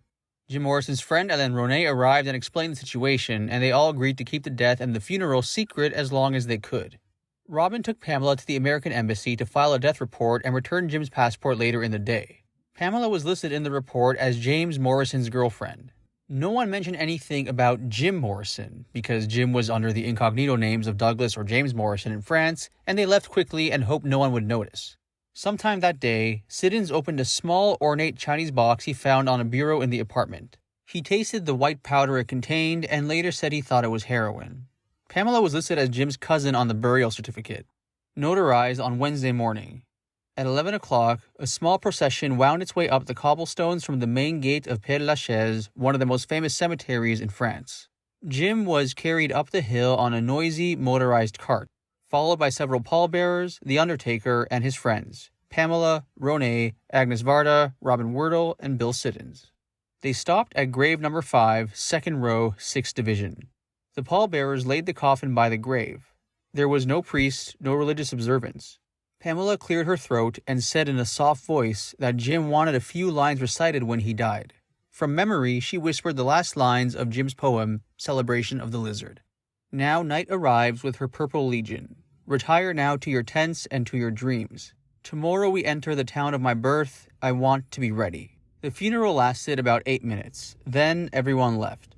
No one lingered at the grave to witness the interment. A couple of elderly French widows tending to their late husbands' graves in the same division witnessed Jim Morrison's funeral. They said they thought the mourners had been in an unseemly hurry. They thought it was a shame to have a funeral without a priest. They walked over to the abandoned grave when the workmen had finished filling it in. They saw only a small square of freshly turned earth. There was no headstone, and there would be none for many years. One of the women brought over a faded plastic rose from a nearby grave and laid it on Jim Morrison's. Then there was nothing but the quiet, pretty summer day under the shady trees of the old cemetery. They all helped Pamela to pack her things, except Agnes Varda, who'd had quite enough. Jim Morrison's death inspired the critical scene in The Last Tango in Paris, filmed shortly afterward, in which Marlon Brando's character speaks to the laid-out corpse of his wife, who has killed herself. It took 25 shipping boxes to get Pamela ready to travel, including a metal case containing Jim's manuscripts and notebooks. Even so, she would leave a lot behind. Bill Siddons was on the last plane to LA on Thursday night. When he arrived the next day, he drove to the Doors workshop and said, "Well, we buried Jim yesterday." Late that night, he called the band's publicists, Gary Stromberg and Bob Gibson. Their answering service found them getting drunk at Dan Tana's. They had to break into their own offices because neither had a key. They asked Robert Hilburn, the pop writer for the Los Angeles Times, to come over at 3 a.m. and then began working on a press release and a statement from the Doors about the death of Jim Morrison. Pamela Corson also flew home with Siddons that night, having left her old man in the soil of Paris, along with a lot of unanswered questions. She was the sole heir to Jim Morrison's fortune, but first there would be hell to pay in California. The reporter from the Washington Post reached Admiral Steve Morrison at home in Arlington, Virginia. The reporter asked him for a comment on his son's death in Paris. There was silence. The Admiral said he hadn't heard anything about it. The reporter said he had just confirmed the story with the Doors manager, Bill Siddons. Admiral Morrison said that if Siddons said it happened, it probably was true. He then asked the reporter to call back with any further information. Admiral Morrison later called the naval attaché at the American Embassy in Paris to confirm the story. The Morrison family was said to be very broken up about Jim's death. About a month later, Jim's passport was returned to his parents, Steve and Clara Morrison. The man who supplied Pamela and Jim with the heroin that ended up killing Jim, Jean de Breteuil, died himself of a heroin overdose later that year in 1971. Pamela Corson died of a heroin overdose in 1974. End quote.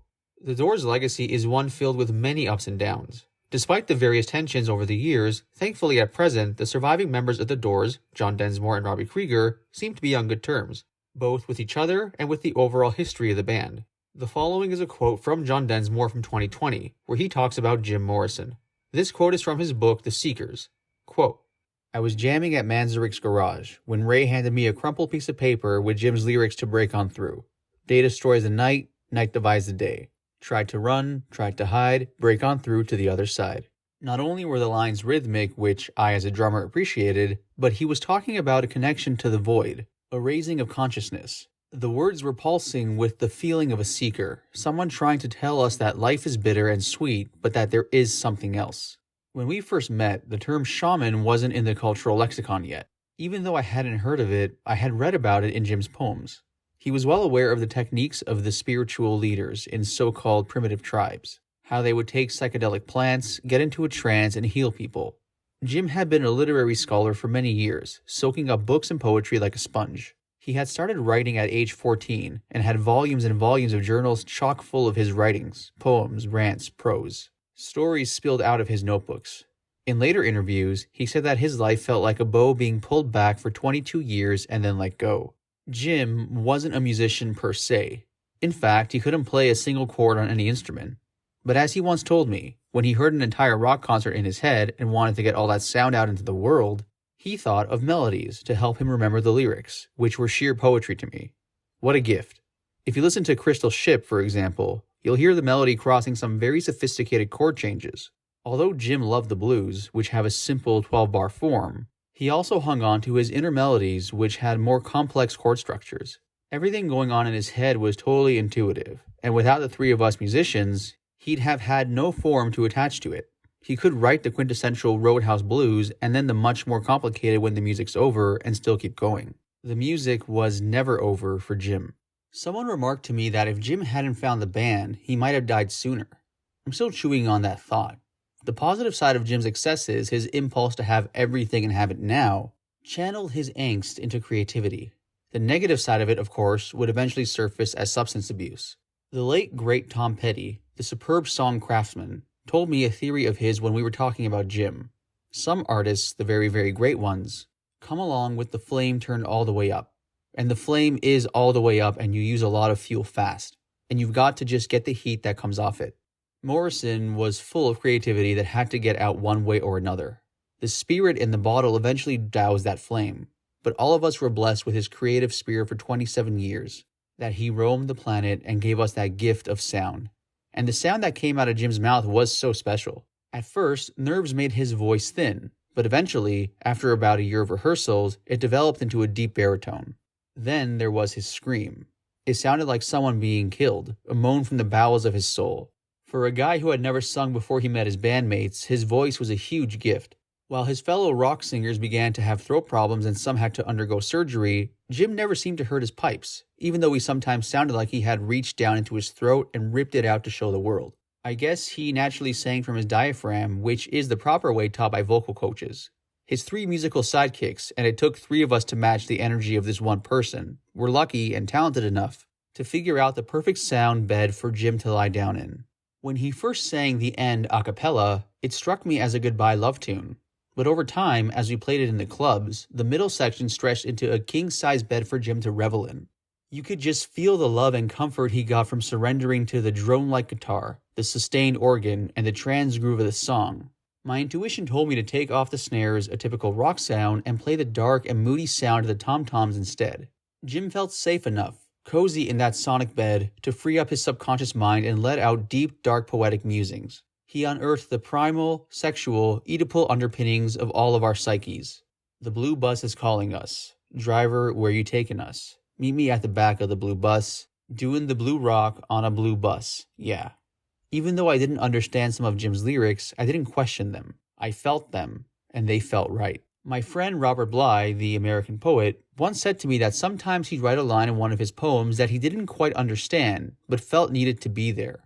Wrapped in a sheet of sound, Jim exposed the archetypical undercurrents threading us all together that we normally aren't aware of. But sometimes, Jim didn't seem to analyze his poetry and just let it rip. Ride the snake to the lake, the ancient lake. The snake he's long, 7 miles, he's old, and his skin is cold, baby. We all took a chance with Jim, meeting him at the back of the blue bus doing a blue rock, and we are forever grateful. The sound coming from the back of that bus was deep. Primal fears, primal lusts, and everything in between. When I realized Jim was on a fast ascent, I pulled back as a friend, for self-protection. Granted, as soon as we leave the cradle, we're all headed to the grave, but I knew my own descent would be more gradual. I thought what we were doing might last a decade or so, but I had no idea our lead singer was tapping into a core of universal sound vibrations, sonic waves that would last for 50 years, that continue to resonate to this day. Winston Marsalis, who wrote Blood on the Fields, the first jazz composition to win the Pulitzer Prize, describes music as an invisible force. I'm proud and grateful to have been part of that sound with the Doors. Fueled by Jim's drive, we helped him get that concert out of his skull and into the universe. I know that Light My Fire was played on the Apollo 17 mission in 1972, and recently, our first album was put in the Library of Congress, so the Morrison message did get out. I'm sure Jim is very happy about that." End quote. As discussed at the beginning of this video, the Doors wasn't just Jim Morrison, but 4 musicians. Key among them was Ray Manzarek. The following is also from John Densmore's book, The Seekers, where John talks about Ray's importance to the band and their personal relationship through the hard times. Quote, "Organ wizard Ray Manzarek. You see, Ray came with 2 musicians inside his one frame. Let's go back to the beginning. After meeting Ray at the Maharishi meditation class in 1965, I ventured down to his parents' Manhattan Beach house to attend a jam session. I drove up the alley where I heard rock and roll coming from the garage. Ray came out of the front house, walking down the narrow passageway between these beach cottages.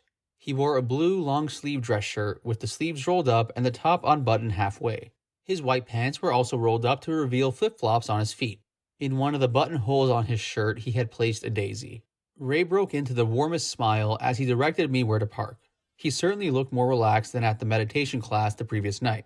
That had been a follow-up meeting after we were all initiated, and Ray was complaining about not getting the instant bliss that was promised, he thought, by Jerry Jarvis, the instructor. I knew meditation wasn't going to have effects instantly, so I was willing to try it for a while and see how it went. In any case, Ray and I broke the ice when we started talking about our mutual love of jazz. I told him that I had seen all the greats at the Manhole in Hollywood. Miles, Coltrane, Art Blakey, Cannonball Adderley, Bill Evans, and so on. "Bill Evans?" Ray exclaimed. He was jealous. "His genius was in the touch," I waxed. "Yeah," Ray agreed, adding, "Miles got crap for having this mellow white guy in the band, but he knew how good he was." "Yeah, man, Miles doesn't take crap from anybody." "Do you know all blues?" I prompted. "Let's do it," Ray said enthusiastically. Now we would break the ice musically. The tune is in 3/4 time, a waltz tempo that is a good test of whether a musician can swing. Ray and I locked immediately. It felt good. A major component of jazz is improvisation, which forces you to stay in the moment because you never know what will be coming up. There's a lot of freedom and space available as you improvise around the chord changes. In jazz improv or in guitar rock solos, mere speed doesn't guarantee the most creative solo, thank goodness. It's a balance between sound and space, between lyricism and virtuosity. It's about breathing in and breathing out. Sometimes it's cool to show your stuff, demonstrating how fast you can play. But when it comes organically out of an entire solo, it's better. Kind of like being human. Sometimes we have to run, sometimes we get to chill. You can read about what happened after that jam session in all the other Doors books. The extremely important thing to know is that Ray was the first to see the magic in Jim Morrison. He even received flack from some of his fellow UCLA film students for hanging out with Jim. They thought Jim was too crazy. The first set of lyrics Ray gave me, I think intentionally, was for Break On Through to the Other Side. He had immediately resonated with Jim's connection to the world behind this world, or, to quote Michael Mead again, the world where this world came from, just as I did. Another extremely important musical moment happened a month later. We had been auditioning bass players and didn't seem to be getting anywhere. Ray said that he'd seen a Fender electric keyboard bass he wanted to try. I went with him to Glenn Walich's Music City in Hollywood to check it out. After parking, we passed the display window of the musical instrument department, and there it was, sitting on top of a stand. It looked like a couple of octaves, 24 black and white keys with a silver chrome top. "Let's go through the record department quickly," I said, "because if we look at everything, we'll never get to the instrument department." Ray knew what I meant. Years before, I got stuck listening for hours in the record booths. What a great store. You could actually play something before you bought it. Started by Glenn Walich's and songsmith Johnny Mercer, Music City was mecca for all Southern California music junkies. I drooled all over Coltrane's LPs in that booth, I said. as we passed the brown mahogany listening section and entered the musical instruments department. Ray asked if he could play the keyboard bass, and the rep plugged it into an amp. Ray began doing those repetitive lines he was experimenting with on our new songs. I'm thinking of playing this with my left hand and the organ with my right. It sounds like it has enough punch, I said. We didn't want the bass to sound so mushy, which would have been a trap without a separate bass player plucking a string. Remember, this was before the advent of synthesizers and computers, which eventually could duplicate almost any sound in the world. The keyboard bass was a few $100, significant money then, but we bought it. This was a pivotal moment in the formation of our sound. It forced Ray to play the keys more sparsely, with his right hand only, and it also made him simplify his left-hand bass lines. So now in rehearsals, I concentrated on connecting with Ray's left hand. Bass players and drummers are like brothers, working in the basement cooking up the groove. If they don't lock together with the feel, the ensemble will suck. You can have a brilliant drummer and bass player and a lousy guitarist and the band will survive. But if the rhythm section, bass and drums, is lousy, it won't fly, no matter how brilliant the guitarist is. You see, for drummers, one beat is extremely long. The space between one beat and the next is extremely important, since the space implies the feel of the entire composition. If you play on the front of the beat, as in military music, Irish music, polkas, etc., the style I learned in high school, the feel is rather controlled. I used this style way back when I played bar mitzvahs. On the other hand, if you perform with the accent on the back of the beat, if you don't hit the next beat until the last second, the feel is very laid back as in the blues, R&B, ballads, etc. I certainly got this style down playing in bars for years. When the Doors got started, we covered the blues a lot until we had enough originals, so our foundation was first built on a laid-back feel. If you wait until the last millisecond to come in with the second beat, you're playing the blues, leaving as much room as possible for the sadness to enter. Then the originals, with Jim's percussive lyrics. Push the pulse forward a little. Thank goodness Ray and I were in the same arena when we wrote the music to those words. Simply put, if Ray and I had not felt the pulse for Jim's lyrics the same way, there would have been no Doors. I don't mean to be self-congratulatory here. What I do mean to stress is that the rhythm section is the foundation of any ensemble, whether it's a quartet or a 40-piece orchestra. And without a strong foundation, the structure will crumble. It eventually turned out that with Ray and me as that foundation, Robby could build the walls for Jim to sit on top of as the roof, or up front as the lead singer. The walls were formidable because of Robby's gifted songwriting skills. If there is mutual respect, the structure will have balance and be very solid, so I credit the pairing of Ray's left hand and my drumming as a blessing from the muse. Now, let's talk about Ray splitting his brain into two. He simultaneously had to lock into a repetitive bass pulse with his left hand and support Jim's lyrics playing chord changes with his right. To do this, he said he thought of playing boogie-woogie bass lines that he learned as a kid in Chicago. If that wasn't enough, he occasionally came up with the most memorable keyboard hooks, music segues in popular music. For example, think of the intro to Light My Fire. It's a circle of fifths played in a Baroque Bach-like style. This keyboard part is permanently stamped on everyone's brain. We will never forget it. Or, take what he created in Riders on the Storm, the mysterious sound supporting Jim's dark lyrics. It was an incredible extended piano solo that I wrote with him up and down the full arc of human emotions. From pianissimo to fortissimo and eventually everything in between, that solo of Ray's will also be stamped on all our brains forever. You only need to hear a couple of bars of music from a great artist and you can identify who it is. Elvin Jones, Ravi Shankar, Janis Joplin, Bob Marley, Van and Jim Morrison. You hear Ray's hand on a Vox organ and you know who it is in 3 seconds. Maybe it's sadness over losing Ray. My early father figure had crossed over. But these days, I aspire to having an even better relationship with my old keyboard player than before. I make a joke about this over and over concerning my deceased mother, but maybe it's not really a joke.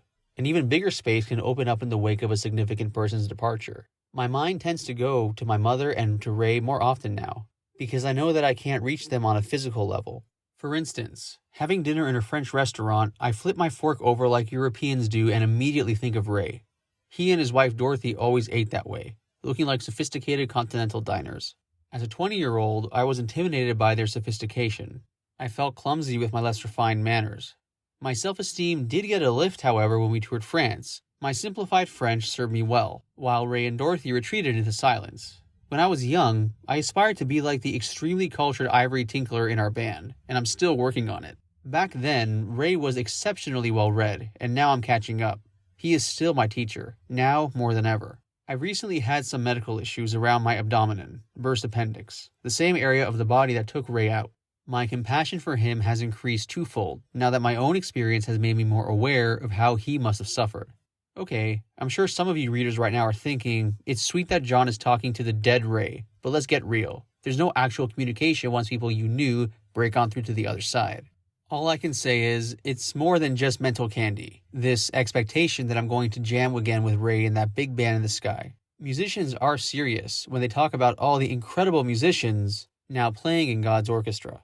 There's a very deep bond between melody makers. Check out Ray's solo record, Golden Scarab, to see clearly into his metaphysical side. Now I sound like my devout Catholic mother, who is going to see all her friends in heaven. It's a mystery to me, a great mystery, with a capital M. Maybe that's why Ray had a giant Art Deco poster with a big M in the middle. Of course, the M stood for Manzarek, which implies he had a large ego. When I challenged Ray in my first memoir that he might be working the Willy Loman beat a little too hard, the selling of the Doors, he got back at me in his own book by saying that Jim had hated me as a human being. Jim might very well have said that, probably while tripping, and maybe because I didn't do as many drugs as he did. But you see, Jim and I are okay with that now. I sacrificed over 5 years of my life trying to preserve Jim's legacy through a brutal court battle. It's amusing, or rather prophetic, how in Riders, I used what I thought was just a technique to communicate with Jim, writing him a continuing letter in the first person as if he could hear me even though he had passed. Now, I feel the love energy not only with Jim, but with Ray too. Toward the end of our career, a philosophical gap grew between Ray and me. You can read all about it in The Doors Unhinged. But here it suffices to say that I was so angry at him, I felt it would take several incarnations to forgive him. Now, writing Unhinged helped. As I wrote the last chapter of that book, how could I not love Ray? We had created magic together in a garage so many years ago. I sent that last chapter to Ray and Robby before the book was published, to make sure they got to that section, because the first half was going to be a tough pill for them to swallow. But even among those philosophical and personal struggles, the two of us never lost the almost telepathic communication we had on the musical level. He was comfortable, as I was, with venturing outside traditional rhythmic and chord structures, but he also knew that eventually you had to get back or you would leave the cosmos and your audience behind. When to come back is the question, and that is one that can only be answered intuitively.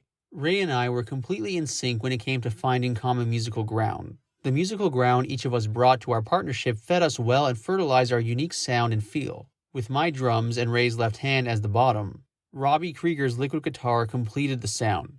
The resulting melting pot was an American gumbo that Jim obviously couldn't get enough of. I say that not out of arrogance. Just think about it. Here was a guy who had never sung before and who, after getting over his shyness, sang from the bowels of his vocal cords. He was in heaven, lying on the bed of sound we made for him. Without Manzarek, our quartet would have sounded like a three-legged dog. When I heard that Ray was getting really sick, I gave him a call. Our relationship had obviously been strained, so I was very pleased that he picked up the phone. We talked about his bout with cancer, and I said to give his wife Dorothy my love. At the time, I didn't know it was going to be my last conversation with him. I'm so grateful that we had a closing talk. I will forever miss this remarkable, gifted musician. After Ray passed, I called Robby, told him death trumps everything, suggested we get together. It felt so good. After only a few bars, we were back in the garage in Venice, California.